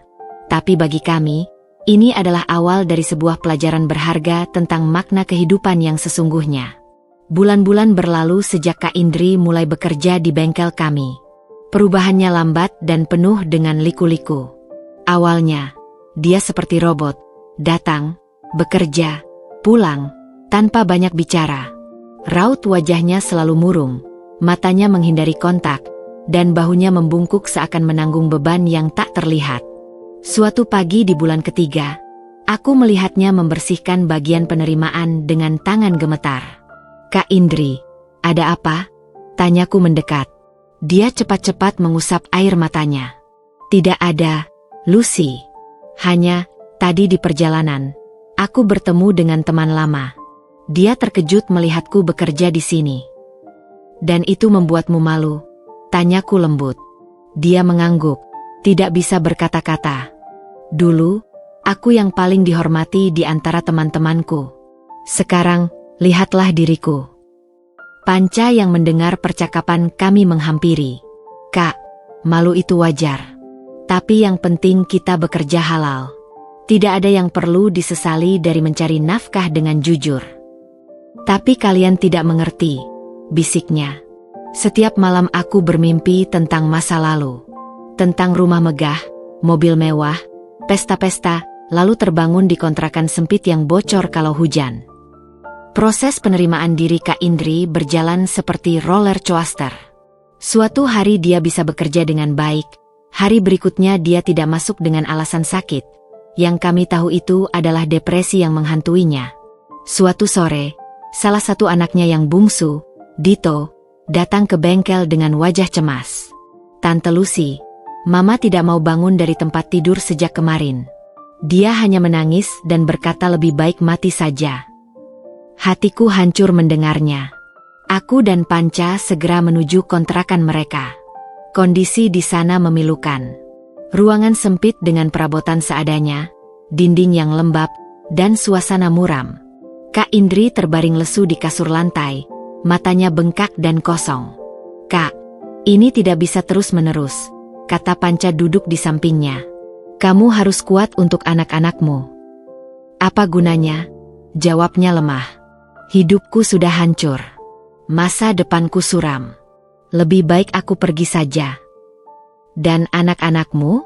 Siapa yang akan mengasuh mereka?" tukasku. Dia terdiam, lalu memandangi ketiga anaknya yang berdiri di pintu dengan wajah-wajah cemas. Air mata mulai mengalir lagi. Mereka yang paling aku sesali. Dulu sekolah di international school, sekarang harus pindah ke sekolah negeri. Dulu punya les privat segala pelajaran, sekarang bahkan untuk beli buku saja susah. Panca mengambil tangan Kak Indri. "Dengar, Kak, kami punya rencana. Mulai bulan depan, kami akan tambah gajimu. Dan Lucy akan bantu anak-anakmu dengan les gratis. Tapi hutang-hutangku, kami sudah bicara dengan debt collector," jelasku. "Mereka setuju penjadwalan ulang dengan bunga yang lebih ringan. Butuh waktu, tapi bisa dilunasi." Kak Indri duduk perlahan, matanya mulai menunjukkan sedikit harapan. "Benarkah? Tapi, kenapa kalian melakukan semua ini untukku? Setelah semua perlakuan burukku?" Panca tersenyum hangat. "Karena keluarga tidak pernah meninggalkan keluarga. Dulu kami marah, ya. Tapi melihat penderitaanmu dan anak-anakmu, kemarahan itu sudah hilang." Perlahan tapi pasti, setelah kejadian itu, Kak Indri mulai berubah. Dia mulai menerima keadaannya, mulai belajar bersyukur atas bantuan yang diterima, dan yang paling penting, mulai bekerja dengan tekun. Suatu hari, dia datang kepadaku dengan proposal sederhana. "Lucy, aku perhatikan sistem administrasi di sini masih manual. Aku dulu jago mengelola data dan keuangan. Bolehkah aku coba buat sistem yang lebih baik?" "Tentu saja," jawabku gembira. "Akhirnya keahlian manajemenmu bisa digunakan." Dalam 2 minggu, Kak Indri berhasil membuat sistem administrasi digital sederhana untuk bengkel dan lembaga kursus. Efisiensi meningkat drastis, dan kami bisa menghemat banyak waktu. Kak, ini luar biasa, puji Panca. Kau memang berbakat di bidang ini. Untuk pertama kalinya dalam berbulan-bulan, aku melihat senyuman tulus di wajah Kak Indri. Terima kasih. Aku senang masih bisa berguna. Malam itu, setelah pulang kerja, dia meneleponku. Lucy, hari ini aku tidak malu lagi ketika ada teman lama datang ke bengkel. Aku bisa memperkenalkan diri dengan bangga sebagai administrator di sini. Air mataku meleleh mendengarnya. Itu kemajuan yang besar, Kak. Proses transformasi Kak Indri dari wanita sombong menjadi pribadi yang rendah hati memang tidak instan. Masih ada hari-hari di mana dia terpuruk. Masih ada malam-malam di mana dia menangis mengenang masa lalu. Tapi sekarang, dia sudah mulai menemukan arti baru dalam hidupnya. Bukan dari harta dan kemewahan, tapi dari kerja keras, kejujuran, dan kasih sayang keluarga yang tidak pernah berhenti mendukungnya. Kesombongan telah berubah menjadi kerendahan hati. Keputusasaan mulai berganti dengan harapan. Dan bagi kami, menyaksikan perubahan ini hampir sama membahagiakannya dengan kesuksesan usaha kami sendiri. Karena dalam perjalanan hidup, kadang kita perlu melihat orang lain jatuh dan bangun untuk mengingatkan kita tentang arti kemanusiaan yang sesungguhnya. 2 tahun telah berlalu sejak Kak Indri bergabung dengan usaha kami. Perubahan tidak hanya terjadi pada dirinya, tetapi juga pada perkembangan bisnis kami yang semakin pesat. Suatu Senin pagi yang cerah, Panca mengajakku dan Kak Indri untuk rapat penting di kantor. Lus, Kak Indri, saya punya berita bagus. Buka Panca dengan senyum lebar sambil membagikan laporan keuangan di atas meja. Bulan lalu, untuk pertama kalinya, pendapatan bersih kita mencapai 100 juta rupiah. Kak Indri terbatuk, hampir menjatuhkan gelas kopinya. 100 juta? Dalam sebulan? Itu hampir sama dengan penghasilan suami saya dulu di puncak karirnya. Aku sendiri hampir tidak percaya. Mas, benar ini? Bagaimana bisa? Panca tertawa bangga. Berkat sistem administrasi yang dioptimalkan Kak Indri, kita bisa memangkas banyak biaya operasional. Plus, kontrak kita dengan 3 perusahaan transportasi online yang baru semakin meningkatkan volume kerja. Dia kemudian menunjuk grafik pertumbuhan di layar laptop. Bengkel kita sekarang sudah menjadi mitra tetap untuk 150 armada motor. Lembaga kursus Lucy sudah memiliki 200 murid tetap dengan 5 pengajar tambahan. Dan yang paling membanggakan, Panca mengambil sebuah dokumen dari laci. Kita sudah bisa membeli ruko ini. Tidak menyewa lagi. Seketika ruangan menjadi senyap. Aku dan Kak Indri saling memandang, sama-sama tidak percaya. Mas, ini, bagaimana? Tanyaku terbata-bata. Dengan sistem cicilan yang baik, plus keuntungan yang kita tabung selama setahun terakhir, jawab Panca bangga. Bank memberikan kredit dengan bunga sangat rendah karena track record usaha kita yang bagus. Kak Indri menutup wajahnya, bahunya terguncang. Maaf, bisiknya. Aku hanya teringat, dulu aku meremehkan usaha kalian. Dan sekarang, kalian bisa membeli properti sendiri sementara aku. Panca segera menghampirinya. Kak, ini bukan saatnya untuk mengingat masa lalu. Ini saatnya kita merayakan kesuksesan bersama. Kau adalah bagian dari ini semua. Benar, Kak, sahutku sambil memegangi pundaknya. Tanpa sistem administrasimu, kita tidak akan bisa seefisien ini. Minggu itu kami memutuskan untuk mengadakan syukuran kecil. Tidak hanya untuk merayakan kepemilikan ruko, tapi juga untuk merayakan perubahan nasib kami semua. Ibu mertua datang dengan wajah berbinar-binar, diikuti anak-anak kami dan keponakan-keponakan. Anak-anakku, kata ibu mertua sambil memeluk kami bergantian. Ibu tidak pernah membayangkan bisa melihat hari seperti ini. Kalian tidak hanya berhasil membangun usaha, tapi juga berhasil menyatukan keluarga kembali. Yang paling mengharukan adalah ketika Kak Indri berdiri untuk memberikan sambutan. Suaranya awalnya gemetar, tapi semakin lama semakin tegas. Dulu, mulanya, aku adalah wanita paling sombong. Memandang rendah Panca dan Lucy hanya karena mereka tidak sekaya aku. Tapi hidup memberiku pelajaran terbaik, pelajaran tentang kerendahan hati. Dia memandangi kami dengan mata berkaca-kaca. Mereka tidak hanya memaafkanku, tapi juga memberiku kesempatan untuk bangkit kembali. Hari ini, aku bangga menjadi bagian dari kesuksesan mereka. Setelah acara, ketika sebagian besar tamu sudah pulang, Kak Indri menghampiri kami. Ada yang ingin kubicarakan, katanya dengan suara serius. Aku sudah hitung, dengan gajiku selama 2 tahun terakhir dan sedikit tabungan yang berhasil kukumpulkan, aku bisa melunasi sisa hutangku yang paling mendesak. Kak, itu luar biasa, puji Panca. Tapi ada hal lain, lanjutnya. Aku ingin tetap bekerja di sini. Bukan karena terpaksa, tapi karena aku menemukan makna dalam pekerjaan ini. Dan aku punya ide untuk mengembangkan sayap ke bidang lain. Aku penasaran. Ide apa, Kak? Dengan pengalaman manajemenku dulu dan pengetahuan tentang operasional usaha ini, aku pikir kita bisa membuka divisi rental motor untuk mahasiswa. Banyak anak kos di sekitar sini yang butuh kendaraan. Panca langsung tertarik. Itu ide bagus. Kita bisa manfaatkan koneksi dengan supplier suku cadang untuk perawatan rutin. Diskusi kami berlanjut hingga larut malam. Kami menyusun rencana bisnis baru dengan semangat yang sama, seperti ketika kami memulai dari garasi dulu.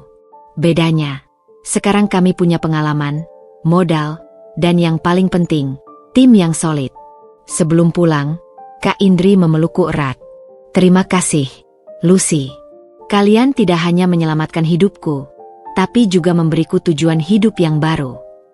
Kita keluarga, Kak, jawabku. Kesuksesan tidak ada artinya jika tidak bisa berbagi dengan orang yang kita sayangi. Malam itu, sambil membereskan sisa acara, Panca memegang tanganku. Lus, kita sudah datang sangat jauh. Dari tidak punya 50.000, sekarang kita punya usaha yang stabil, aset, dan yang paling penting, keluarga yang utuh kembali. Aku mengangguk, menatap ruko yang sekarang sepenuhnya menjadi milik kami. Yang paling berharga bukan pencapaian materi, Mas, tapi pelajaran bahwa dengan ketekunan dan hati yang baik, tidak ada yang tidak mungkin. Puncak kesuksesan kami bukanlah angka di rekening bank atau kepemilikan properti, tapi kemampuan kami untuk bangkit dari keterpurukan, memaafkan kesalahan orang lain, dan membangun kembali apa yang telah hancur. Dan dalam perjalanan itu, kami menemukan bahwa kesuksesan sejati adalah ketika kita bisa mengulurkan tangan pada mereka yang pernah menjatuhkan kita. Musim hujan telah tiba lagi, membawa serta kenangan akan perjalanan panjang kami. Suatu sore yang basah, dengan rintik hujan menempel di jendela kantor, Kak Indri mengetuk pintu dengan wajah yang tampak gugup. Bisa kita bicara sebentar? Ujarnya, suaranya hampir tertelan oleh deru hujan di luar. Tentu saja, Kak, jawabku sambil menutup laptop. Ada apa? Dia duduk di kursi di seberang mejaku, jari-jarinya bermain-main dengan ujung selendang. Aku perlu bantuan. Bisa pinjam 10 juta? Ini untuk biaya sekolah anak-anak. Yang sulung mau daftar kuliah, dan yang kedua perlu biaya praktikum. Panca yang sedang memeriksa laporan stok di ruangan sebelah mendengar pembicaraan kami dan ikut masuk. Ada masalah, Kak. Dia mengulangi permintaannya, kali ini dengan suara yang lebih kecil. Aku bisa melihat betapa sulitnya bagi dirinya yang dulu begitu sombong untuk sekarang harus meminjam uang. Panca duduk di sampingku, wajahnya serius tapi tidak menghakimi. Kak, kita sudah berdiskusi tentang ini. Ingat rencana keuangan yang kita buat bersama bulan lalu? Aku mengambil buku rencana keuangan keluarga Kak Indri dari laci. Di sini kita sudah memperhitungkan semua kebutuhan anak-anak. Kak, dengan gajimu sekarang dan tambahan dari proyek administrasi yang kau kelola, seharusnya cukup untuk biaya sekolah. Tapi ini darurat, bantahnya, matanya mulai berkaca-kaca. Aku tidak memperhitungkan biaya tambahan untuk uang pangkal kuliah. Dan suamiku di penjara butuh uang untuk biaya kesehatan. Kak, Panca bersuara lembut tapi tegas. Kami ingin membantumu menjadi mandiri, bukan tergantung pada pinjaman lagi. Ingat bagaimana dulu hutang-hutangmu menumpuk. Aku menambahkan, kami sudah hitung. Dengan mengoptimalkan pengeluaran dan menambah intensitas kerja proyek tambahan, kau bisa menutupi kekurangan itu dalam 2 bulan. Kak Indri menghela napas panjang. Wajahnya menunjukkan kekecewaan. Jadi kalian tidak mau meminjamkan uang pada kami? Padahal dulu kami datang padamu untuk meminjam 50.000, dan kau meludahi harga diri kami. Panca menyelesaikan kalimatnya dengan suara datar. Tapi lihat, kami tidak membencimu. Malah kami memberimu pekerjaan dan kesempatan untuk bangkit. Aku tahu. Isaknya. Tapi ini sulit. Sangat sulit. Setiap hari aku merasa terhukum, mengingat betapa mudahnya dulu aku menghamburkan uang. Kami memahami, Kak, kataku sambil memegangi tangannya yang dingin. Tapi memberikanmu pinjaman bukan solusi. Itu hanya akan membuatmu kembali ke pola lama. Kami punya usulan lain. Panca mengambil kalkulator dan selembar kertas. Kami akan naikkan gajimu mulai bulan depan, dan beri bonus untuk setiap proyek administrasi tambahan yang kau selesaikan. Dengan begitu, dalam 3 bulan kau bisa menabung untuk kebutuhan darurat. Tapi anakku harus bayar uang pangkal minggu depan, protesnya.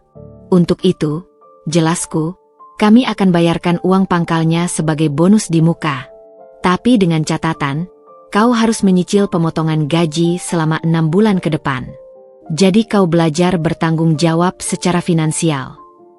Kak Indri terdiam sejenak, memproses tawaran kami. Jadi, kalian mau membantuku, tapi dengan syarat. Ya, jawab Panca tegas. Kami percaya padamu, Kak.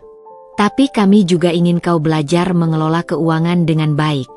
Kami tidak ingin kau terjebak dalam hutang lagi. Akhirnya, setelah berpikir panjang, dia mengangguk. Baiklah, aku terima syaratnya. Dan, terima kasih. Kalian lebih baik padaku daripada aku pada kalian dulu. Setelah dia keluar ruangan, Panca memandangku. Sulit ya, Lus? Menolak permintaan keluarga sendiri. Aku sedih, Mas. Tapi ini untuk kebaikannya sendiri. Dia harus belajar berdiri di atas kakinya sendiri. Malam itu, sambil menyelesaikan pekerjaan, aku mendengar suara tangis dari ruang istirahat. Ku ketuk pintu perlahan dan menemukan Kak Indri sedang duduk sendirian di sana. Kak, apa kamu baik-baik saja? Dia mengangguk, menyeka air matanya. Aku malu, Lucy. Sangat malu. Dulu aku punya segalanya. Sekarang harus meminjam uang untuk biaya sekolah anak sendiri. Tapi sekarang kau punya sesuatu yang lebih berharga, kataku duduk di sampingnya. Kau punya harga diri yang sebenarnya. Kau bisa bangga karena uang itu hasil kerjamu sendiri, bukan dari meminjam atau menipu orang. Dia tersenyum getir. Hidup memang ironis ya? Dulu aku menganggap uang segitu tidak ada artinya. Sekarang harus berjuang untuknya. Tapi kau berjuang dengan cara yang terhormat, Kak. Itu yang membedakan. Permintaan pertama Kak Indri bukan hanya tentang uang. Itu adalah ujian bagi kami semua. Apakah kami akan mengulangi kesalahan dengan memberinya ikan, atau mengajarnya memancing? Dan pilihan kami sudah jelas. Kami akan membantunya berdiri tegak, bukan membuatnya tergantung selamanya.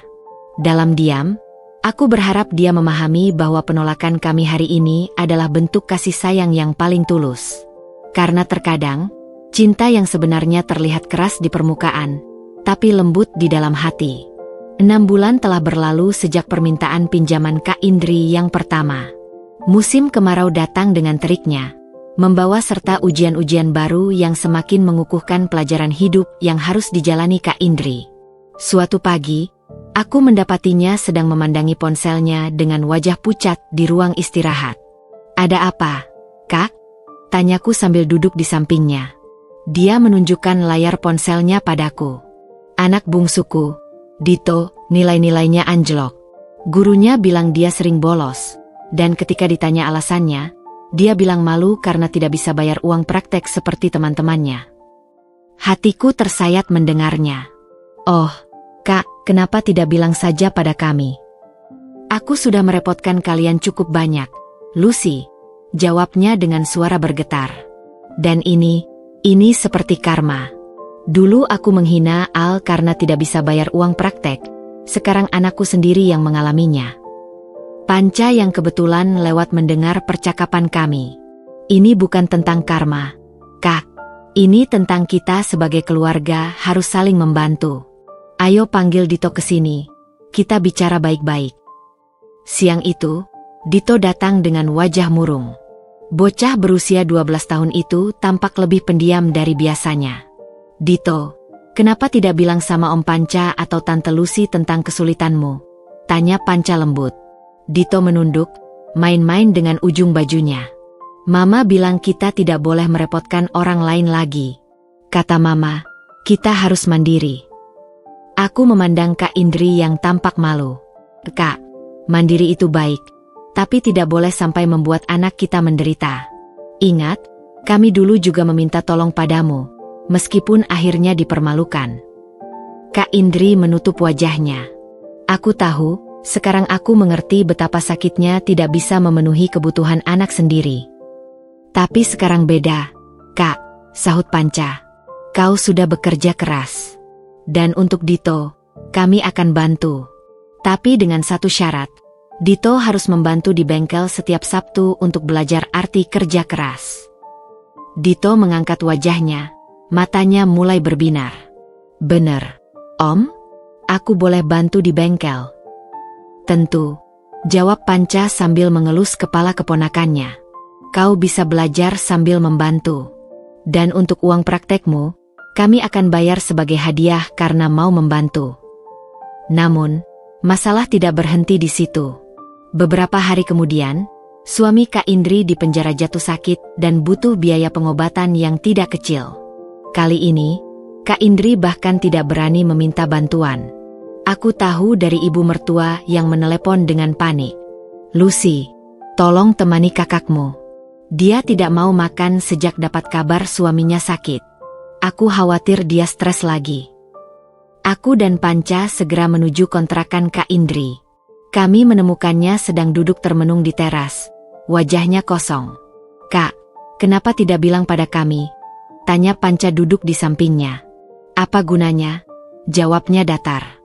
Ini adalah hukum alam. Dulu aku tidak peduli pada penderitaan orang lain. Sekarang penderitaan datang bergantian menghampiriku.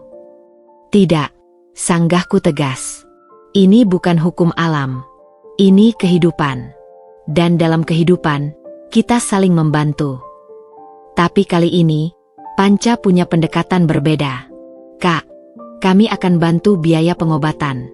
Tapi kau harus setuju untuk mengikuti konseling. Sudah terlalu lama kau menyimpan beban ini sendirian. Kak Indri mengangkat wajahnya, matanya penuh keheranan. Konseling? Aku tidak gila. Bukan untuk orang gila, jelasku. Tapi untuk membantumu mengatasi trauma dan depresi. Kau sudah melalui begitu banyak tekanan, kebangkrutan, suami di penjara, hutang, dan sekarang ini. Kau butuh bantuan profesional. Setelah melalui bujukan yang cukup panjang, akhirnya dia setuju. Pertemuan pertama dengan psikolog ternyata membuka banyak hal. Kak Indri didiagnosis mengalami depresi berat dan PTSD akibat tekanan yang dialaminya bertahun-tahun. Selama ini aku pikir aku kuat. Akunya suatu sore setelah sesi konseling. Ternyata aku hanya memendam semua kesedihan ini. Tidak ada salahnya mengakui kelemahan kita, Kak. Hibur Panca. Yang penting kita mau mencari solusi. Bulan-bulan berikutnya adalah proses penyembuhan yang panjang. Kak Indri rutin mengikuti konseling, sambil tetap bekerja. Perlahan, kami melihat perubahan positif pada dirinya. Dia mulai bisa menerima keadaannya tanpa beban berlebihan. Dan yang paling penting, dia mulai belajar memaafkan dirinya sendiri. Suatu malam, dia bercerita pada kami setelah sesi konselingnya. Psikologku bilang, aku harus berdamai dengan masa laluku, termasuk meminta maaf pada orang-orang yang pernah aku sakiti. Dia memandangi kami dengan mata jernih. Dan yang paling utama, aku harus meminta maaf pada kalian berdua. Sungguh-sungguh. Kak, kami sudah memaafkanmu, jawabku. Tapi aku belum memaafkan diriku sendiri, sahutnya. Dan sekarang, aku mengerti bahwa semua yang terjadi adalah konsekuensi dari pilihanku sendiri. Bukan karma, tapi hasil dari setiap keputusan yang aku ambil. Proses penyadaran ini ternyata membawa perubahan mendalam pada diri Kak Indri. Dia tidak lagi melihat dirinya sebagai korban takdir, tapi sebagai seseorang yang harus bertanggung jawab atas hidupnya sendiri. Dan dalam perjalanan itulah, kami menyaksikan bagaimana seseorang bisa tumbuh menjadi pribadi yang lebih baik melalui penderitaan, asalkan mau belajar dan berubah. Karma mungkin terlihat seperti pembalasan, tapi sebenarnya itu adalah guru kehidupan yang mengajarkan kita untuk menjadi manusia yang lebih baik. Dan pelajaran itu sedang dipelajari oleh Kak Indri dengan segala kerendahan hatinya. Musim penghujan kembali tiba, membawa serta dingin yang menusuk tulang dan tekanan emosional yang semakin berat bagi keluarga kami. Suatu malam, ketika hujan deras mengguyur atap rumah, telepon dari ibu mertua memecah kesunyian. Panca, aku harus bertemu kalian besok. Ini penting. Suara ibu mertua terdengar serak, seperti baru menangis. Keesokan harinya, kami berkumpul di rumah ibu mertua. Ruang tamu yang biasanya hangat terasa dingin dan muram. Ibu mertua duduk di kursi favoritnya. Wajahnya tampak 10 tahun lebih tua dari usia sebenarnya. Anak-anakku, mulanya dengan suara bergetar. Ibu sudah tidak kuat lagi melihat penderitaan kakakmu. Setiap kali aku mengunjunginya, dia terlihat semakin kurus dan lesu. Anak-anaknya juga, mereka kehilangan cahaya di mata mereka. Panca menghela napas dalam. Ibu, kami sudah melakukan yang terbaik untuk membantu Kak Indri. Tapi kami tidak bisa menyelesaikan semua masalahnya dengan instan. Tapi lihat keadaan mereka. Ibu mertua membentak, yang sangat jarang terjadi. Rumah kontrakan yang lembab, makanan seadanya, anak-anak yang harus bekerja paruh waktu. Ini bukan kehidupan yang layak. Aku mencoba menenangkan. Ibu, kami memahami kekhawatiran ibu. Tapi Kak Indri harus melalui proses ini. Dia sedang belajar mandiri. Ibu tidak peduli dengan proses. Potong ibu mertua dengan mata berkaca-kaca. Dia adalah anak ibu. Melihatnya menderita seperti ini menyiksa ibu setiap hari. Panca memegangi tangan ibunya. Ibu, ingat dulu bagaimana kami juga harus berjuang? Tidak ada yang membantu kami saat kami jatuh. Justru Kak Indri yang. Jangan ungkit masa lalu, tangis ibu mertua. Ibu tahu dia bersalah. Tapi bukankah sudah cukup hukumannya? Sudah 3 tahun dia menderita. Suasana menjadi tegang. Aku bisa merasakan betapa tersiksanya ibu mertua melihat anaknya menderita. Tapi kami juga punya prinsip yang harus dipertahankan. Ibu, kataku lembut, kami tidak menghukum siapapun. Justru kami yang memberi pekerjaan pada Kak Indri, membantunya mengatur keuangan, bahkan membiayai konselingnya. Tapi kami tidak bisa serta-merta memberinya semua yang dia butuhkan. Itu hanya akan membuatnya kembali ke pola lama. Tapi dia keluarga kita. Ibu mertua berargumentasi. Kalian sekarang sukses, punya usaha besar. Apa salahnya membantu lebih? Beri dia rumah yang layak, bayari hutang-hutangnya. Panca berdiri, wajahnya menunjukkan ketegasan yang jarang kulihat. Tidak, Ibu. Itu justru akan merusaknya. Kak Indri harus belajar bertanggung jawab atas pilihannya sendiri. Kami sudah memberinya jalan. Sekarang dia yang harus berjalan di jalan itu. Ibu mertua menangis terseduh-seduh. Tapi anak-anaknya tidak bersalah. Mereka yang harus menanggung beban ini. Ibu benar. Aku menyela. Dan untuk anak-anaknya, kami sudah bantu. les gratis, bantuan pendidikan, bahkan Dito sekarang ikut magang di bengkel dengan bayaran yang layak. Tapi untuk Kak Indri, dia harus melalui ini. Pertemuan itu berakhir dengan kepahitan. Ibu mertua tidak berbicara pada kami selama seminggu setelahnya. Tekanan keluarga semakin terasa ketika saudara-saudara yang lain mulai ikut campur. "Kalian kejam," tuduh salah satu ipar melalui telepon. Melihat keluarga sendiri menderita tidak bergerak hati. "Kami sudah melakukan lebih dari cukup," jawab Panca dengan tegas. "Dan kami akan terus membantu dengan cara yang benar, bukan dengan memanjakan." Tekanan mencapai puncaknya ketika ibu mertua jatuh sakit karena stres. Di rumah sakit, dia masih terus membela Kak Indri. Tolong bantu kakakmu," pintanya pada kami dengan lemah dari tempat tidur rumah sakit. Saat itulah Kak Indri sendiri yang akhirnya turun tangan. Dia datang ke rumah sakit dan duduk di samping ibunya. "Ibu," katanya dengan suara tenang tapi penuh keyakinan, "hentikan ini. Panca dan Lucy sudah melakukan yang terbaik untukku. Mereka memberiku kesempatan, bukan hukuman." Ibu mertua terkejut.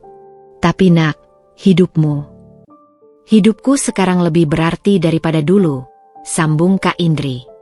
"Aku mungkin tidak kaya secara materi, tapi aku kaya akan pelajaran hidup. Aku belajar bekerja keras, belajar rendah hati, belajar menghargai setiap rupiah." Dia memandangi kami dengan penuh rasa terima kasih. "Mereka tidak memberiku ikan, Ibu. Mereka mengajariku memancing. Dan itu hadiah terbesar yang bisa diberikan siapapun." Ibu mertua akhirnya terdiam, memahami untuk pertama kalinya bahwa yang kami lakukan adalah bentuk kasih sayang yang sebenarnya. Setelah kejadian itu, tekanan keluarga perlahan mereda. Ibu mertua mulai memahami filosofi kami, dan saudara-saudara yang lain pun berhenti menghakimi. Di mobil dalam perjalanan pulang dari rumah sakit, Panca memegang tanganku. "Tadi, Kak Indri membela kita." Aku tersenyum. "Dia sudah benar-benar berubah, Mas. Dia mengerti bahwa cinta yang sebenarnya kadang harus tegas." Tekanan keluarga memang berat, tapi justru melalui tekanan itulah kami semakin yakin bahwa cara kami membantu adalah yang terbaik. Karena terkadang, kasih sayang yang paling tulus justru terlihat keras di permukaan, tapi penuh cinta di dalamnya. Setahun telah berlalu sejak tekanan keluarga memuncak. Musim penghujan kembali hadir, tetapi kali ini membawa kedamaian setelah badai. Suatu Senin pagi yang tenang, Kak Indri memintaku dan Panca untuk bertemu di ruang rapat setelah jam kerja. Ketika kami masuk, kami menemukan dia sudah duduk di sana dengan segelas air di tangannya. Matanya merah, tapi ada ketenangan aneh dalam raut wajahnya yang dulu selalu tegang. "Terima kasih sudah meluangkan waktu," mulanya dengan suara yang jernih meski bergetar sedikit. "Ada yang ingin kukatakan pada kalian berdua." Panca dan aku saling pandang sebelum duduk. "Apa yang ingin kau bicarakan, Kak?" tanya Panca lembut. Dia menarik napas dalam-dalam, seolah mengumpulkan keberanian dari dasar jiwanya. "Selama setahun terakhir, melalui konseling dan perenungan, aku akhirnya bisa melihat dengan jelas semua kesalahanku. Dan hari ini, aku ingin mengakuinya di hadapan kalian. Aku ingin menghentikannya, tapi Panca menggenggam tanganku, memberi isyarat untuk membiarkannya melanjutkan. Dulu, suaranya semakin bergetar. Ketika Lucy datang meminjam 50.000, aku bukan hanya menolak. Aku dengan sengaja menghancurkan harga dirimu. Aku meludah bukan karena jijik pada kemiskinan, tapi karena takut jika suatu hari nanti aku akan seperti kalian." Air mata mulai mengalir di pipinya, tapi dia tidak berusaha mengusapnya. Aku tumbuh dengan keyakinan bahwa kekayaan adalah segalanya. Bahwa orang miskin pantas menderita karena mereka malas. Dan ketika melihat kalian, yang bekerja keras tapi tetap sederhana, keyakinanku goyah. Jadi aku harus merendahkan kalian untuk membenarkan diriku sendiri. Panca menghela napas. "Kami selalu tahu itu, Kak. Tapi kami memilih untuk memaafkan." "Tapi aku belum memaafkan diriku sendiri," jawabnya dengan suara parau. "Yang kulakukan pada kalian pada keponakanku sendiri, tidak termaafkan. Dia berdiri dan mengambil sebuah map dari tas kerjanya. Ini adalah catatan lengkap semua penghinaan dan perendahan yang pernah kulakukan pada kalian. Aku menuliskannya selama proses konseling, sebagai bagian dari terapi. Dia membuka map itu, dan kami bisa melihat tulisan tangan yang rapi memenuhi setiap halaman. Mulai dari ejekan di acara keluarga, omongan sinis tentang pekerjaan kalian, sampai kejadian memalukan itu. Aku ingin kalian tahu, lanjutnya dengan air mata yang semakin deras, bahwa tidak ada satupun kata-kata itu yang benar. Justru sebaliknya, kalian adalah orang-orang paling kuat yang pernah kukenal. Dari nol, kalian membangun segalanya. Sementara aku hanya hidup dari warisan dan suamiku. Panca berdiri dan mendekatinya. Kak, tidak perlu. Tidak, biarkan aku menyelesaikan, pintanya. Aku ingin mengakui bahwa semua yang terjadi padaku adalah konsekuensi langsung dari pilihanku sendiri. Bukan karma, bukan takdir, tapi hasil dari kesombongan dan ketamakanku. Dia kemudian mengambil amplop dari dalam map. Dan ini adalah Rp50.000 yang dulu tidak kupinjamkan. Kami terdiam, tidak menyangka akan hal ini. Selama setahun, jelasnya, aku menabung sedikit demi sedikit dari gajiku. Aku ingin mengembalikan tepat 50.000 yang dulu tidak kupinjamkan. Bukan sebagai pembayaran, tapi sebagai pengakuan atas kesalahanku. Aku tidak bisa menahan air mata lagi. Kak, kami sudah memaafkanmu sejak lama. Tapi dengan mengembalikan ini, katanya sambil meletakkan uang itu di atas meja, aku akhirnya bisa memaafkan diriku sendiri. Aku mengakui bahwa aku salah, dan aku bertanggung jawab atas kesalahanku. Panca memeluk kakaknya erat. Kau sudah menjadi pribadi yang berbeda, Kak. Kami bangga padamu. Prosesnya menyakitkan, isaknya dalam pelukan Panca, tapi necessary. Aku harus jatuh sebanyak ini untuk akhirnya mengerti arti kehidupan yang sebenarnya. Setelah pertemuan yang mengharukan itu, Kak Indri tampak seperti orang yang terbebas dari beban berat. Senyumnya kini tulus, langkahnya lebih ringan, dan yang paling penting, dia bisa memandang kami tanpa rasa bersalah lagi. Malam itu, di rumah, Panca memegang uang 50.000 itu. Lus, uang kecil ini mengubah segalanya, ya. Aku mengangguk, tersenyum getir. Dari uang inilah kita belajar bahwa harga diri tidak ternilai harganya. Dan dari pengakuan tadi, kita tahu bahwa Kak Indri akhirnya mengerti arti sesungguhnya dari sebuah penebusan. Pengakuan pahit itu bukanlah akhir, melainkan awal yang baru. Awal di mana kami benar-benar bisa menjadi keluarga kembali, bukan karena paksaan atau kewajiban, tapi karena pengertian dan penerimaan yang tulus. Dan dalam keheningan malam itu, kami bersyukur untuk semua luka yang akhirnya sembuh. Dan untuk semua air mata yang akhirnya kering, digantikan oleh harapan baru. 5 tahun telah berlalu sejak pengakuan pahit Kak Indri. Kehidupan kami telah berubah dalam banyak hal. Namun satu hal yang tetap konstan adalah komitmen kami untuk tumbuh bersama sebagai keluarga. Suatu hari yang cerah, kami mengadakan acara syukuran ulang tahun pernikahan kami yang ke-15 di rumah baru yang lebih besar. Sebuah rumah yang bukan hanya dibangun dari batu bata, tapi dari setiap tetes keringat dan air mata perjuangan kami. Rumah itu dipenuhi keluarga besar, teman-teman, dan bahkan para karyawan kami yang sekarang berjumlah 30 orang. Suasana riuh rendah keceriaan mengisi setiap sudut ruangan. Namun, ada satu momen yang akan selalu kuingat dari hari itu.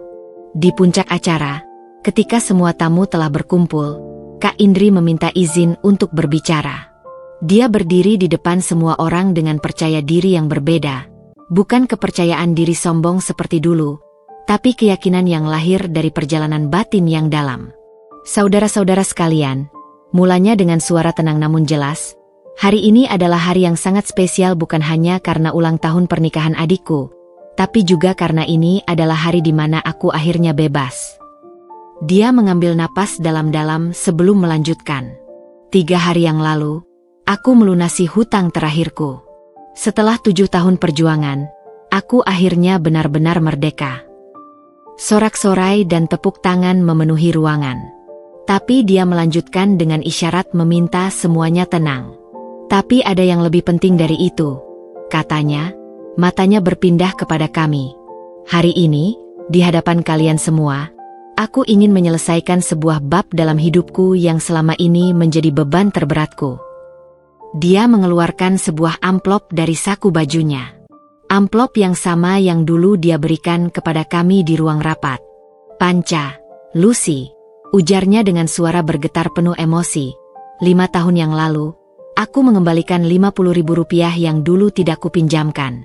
Tapi hari ini, aku ingin melakukan yang lebih dari itu.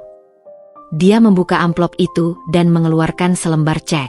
Ini adalah 50 juta rupiah. Bukan sebagai pembayaran hutang, karena kalian tidak pernah menganggapnya sebagai hutang. Tapi sebagai simbol bahwa aku akhirnya memahami nilai sebenarnya dari uang dan hubungan keluarga. Ruangan menjadi senyap. Semua mata tertuju pada kami. Uang ini, lanjutnya dengan air mata mengalir bebas, adalah tabunganku selama 5 tahun terakhir. Setiap rupiahnya adalah hasil kerjaku yang jujur. Dan aku ingin kalian menerimanya, bukan untuk kalian simpan, tapi untuk digunakan membantu keluarga-keluarga lain yang sedang berjuang seperti yang pernah kalian lakukan untukku. Panca berdiri, wajahnya menunjukkan kebanggaan yang dalam. Kak, tidak perlu. Tidak, biarkan aku menyelesaikan, pintanya. Dulu, aku meludahi permintaan tolong kalian. Hari ini, aku berdiri di sini dengan penuh hormat memohon kalian menerima bantuanku untuk melanjutkan kebaikan yang telah kalian mulai. Dia berjalan mendekati kami dan menyerahkan cek itu. Gunakan ini untuk membuka program beasiswa bagi anak-anak dari keluarga tidak mampu.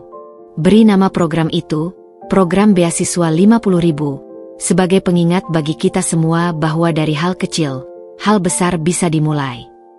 Aku tidak bisa menahan tangis lagi. Ini bukan tentang uang, ini tentang penyembuhan, tentang penutupan, tentang lingkaran penuh yang akhirnya tertutup sempurna. Aku menerima cek itu dan memeluknya erat. Kakak sudah menjadi orang yang kami selalu tahu ada dalam dirimu, orang baik yang sempat tersesat. Acara berlanjut dengan penuh sukacita. Tapi momen yang paling mengharukan adalah ketika kami berdiri berempat. Aku, Panca, Kak Indri, dan ibu mertua, berpelukan di tengah ruangan, disaksikan oleh semua orang yang mencintai kami. Malam itu, setelah semua tamu pulang, kami duduk bertiga di teras rumah baru kami. Tidak pernah terbayang akan sampai di sini, gumam Kak Indri sambil memandangi bintang-bintang. Dari wanita yang meludahi permintaan tolong, menjadi orang yang justru menawarkan bantuan. Panca tersenyum.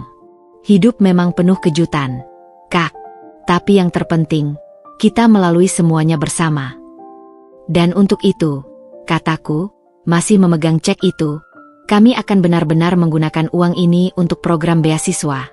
Seperti yang kau minta, akan kita namai program beasiswa 50.000. Kak Indri mengangguk, matanya berbinar. Dari ludahan menjadi beasiswa. Dari penghinaan menjadi harapan. Sungguh indahnya hidup ini. Tamparan terakhir yang dia berikan bukan dengan tangan atau kata-kata kasar, tapi dengan kebaikan yang menyadarkan kami semua bahwa setiap orang punya kapasitas untuk berubah. Dan perubahan itu, ketika datang dari hati yang tulus, bisa mengubah luka menjadi kekuatan, air mata menjadi kebijaksanaan, dan kepahitan menjadi harapan baru. Sebagai penutup kisah kami, aku belajar bahwa hidup bukanlah tentang seberapa keras kita jatuh, tapi tentang bagaimana kita bangkit dan membantu orang lain untuk bangkit bersama kita. Dan dalam perjalanan itulah, kami menemukan bahwa keluarga bukanlah tentang darah, tapi tentang siapa yang bersedia menahan tanganmu ketika terjatuh, dan merayakan bersamamu ketika akhirnya berhasil berdiri lagi.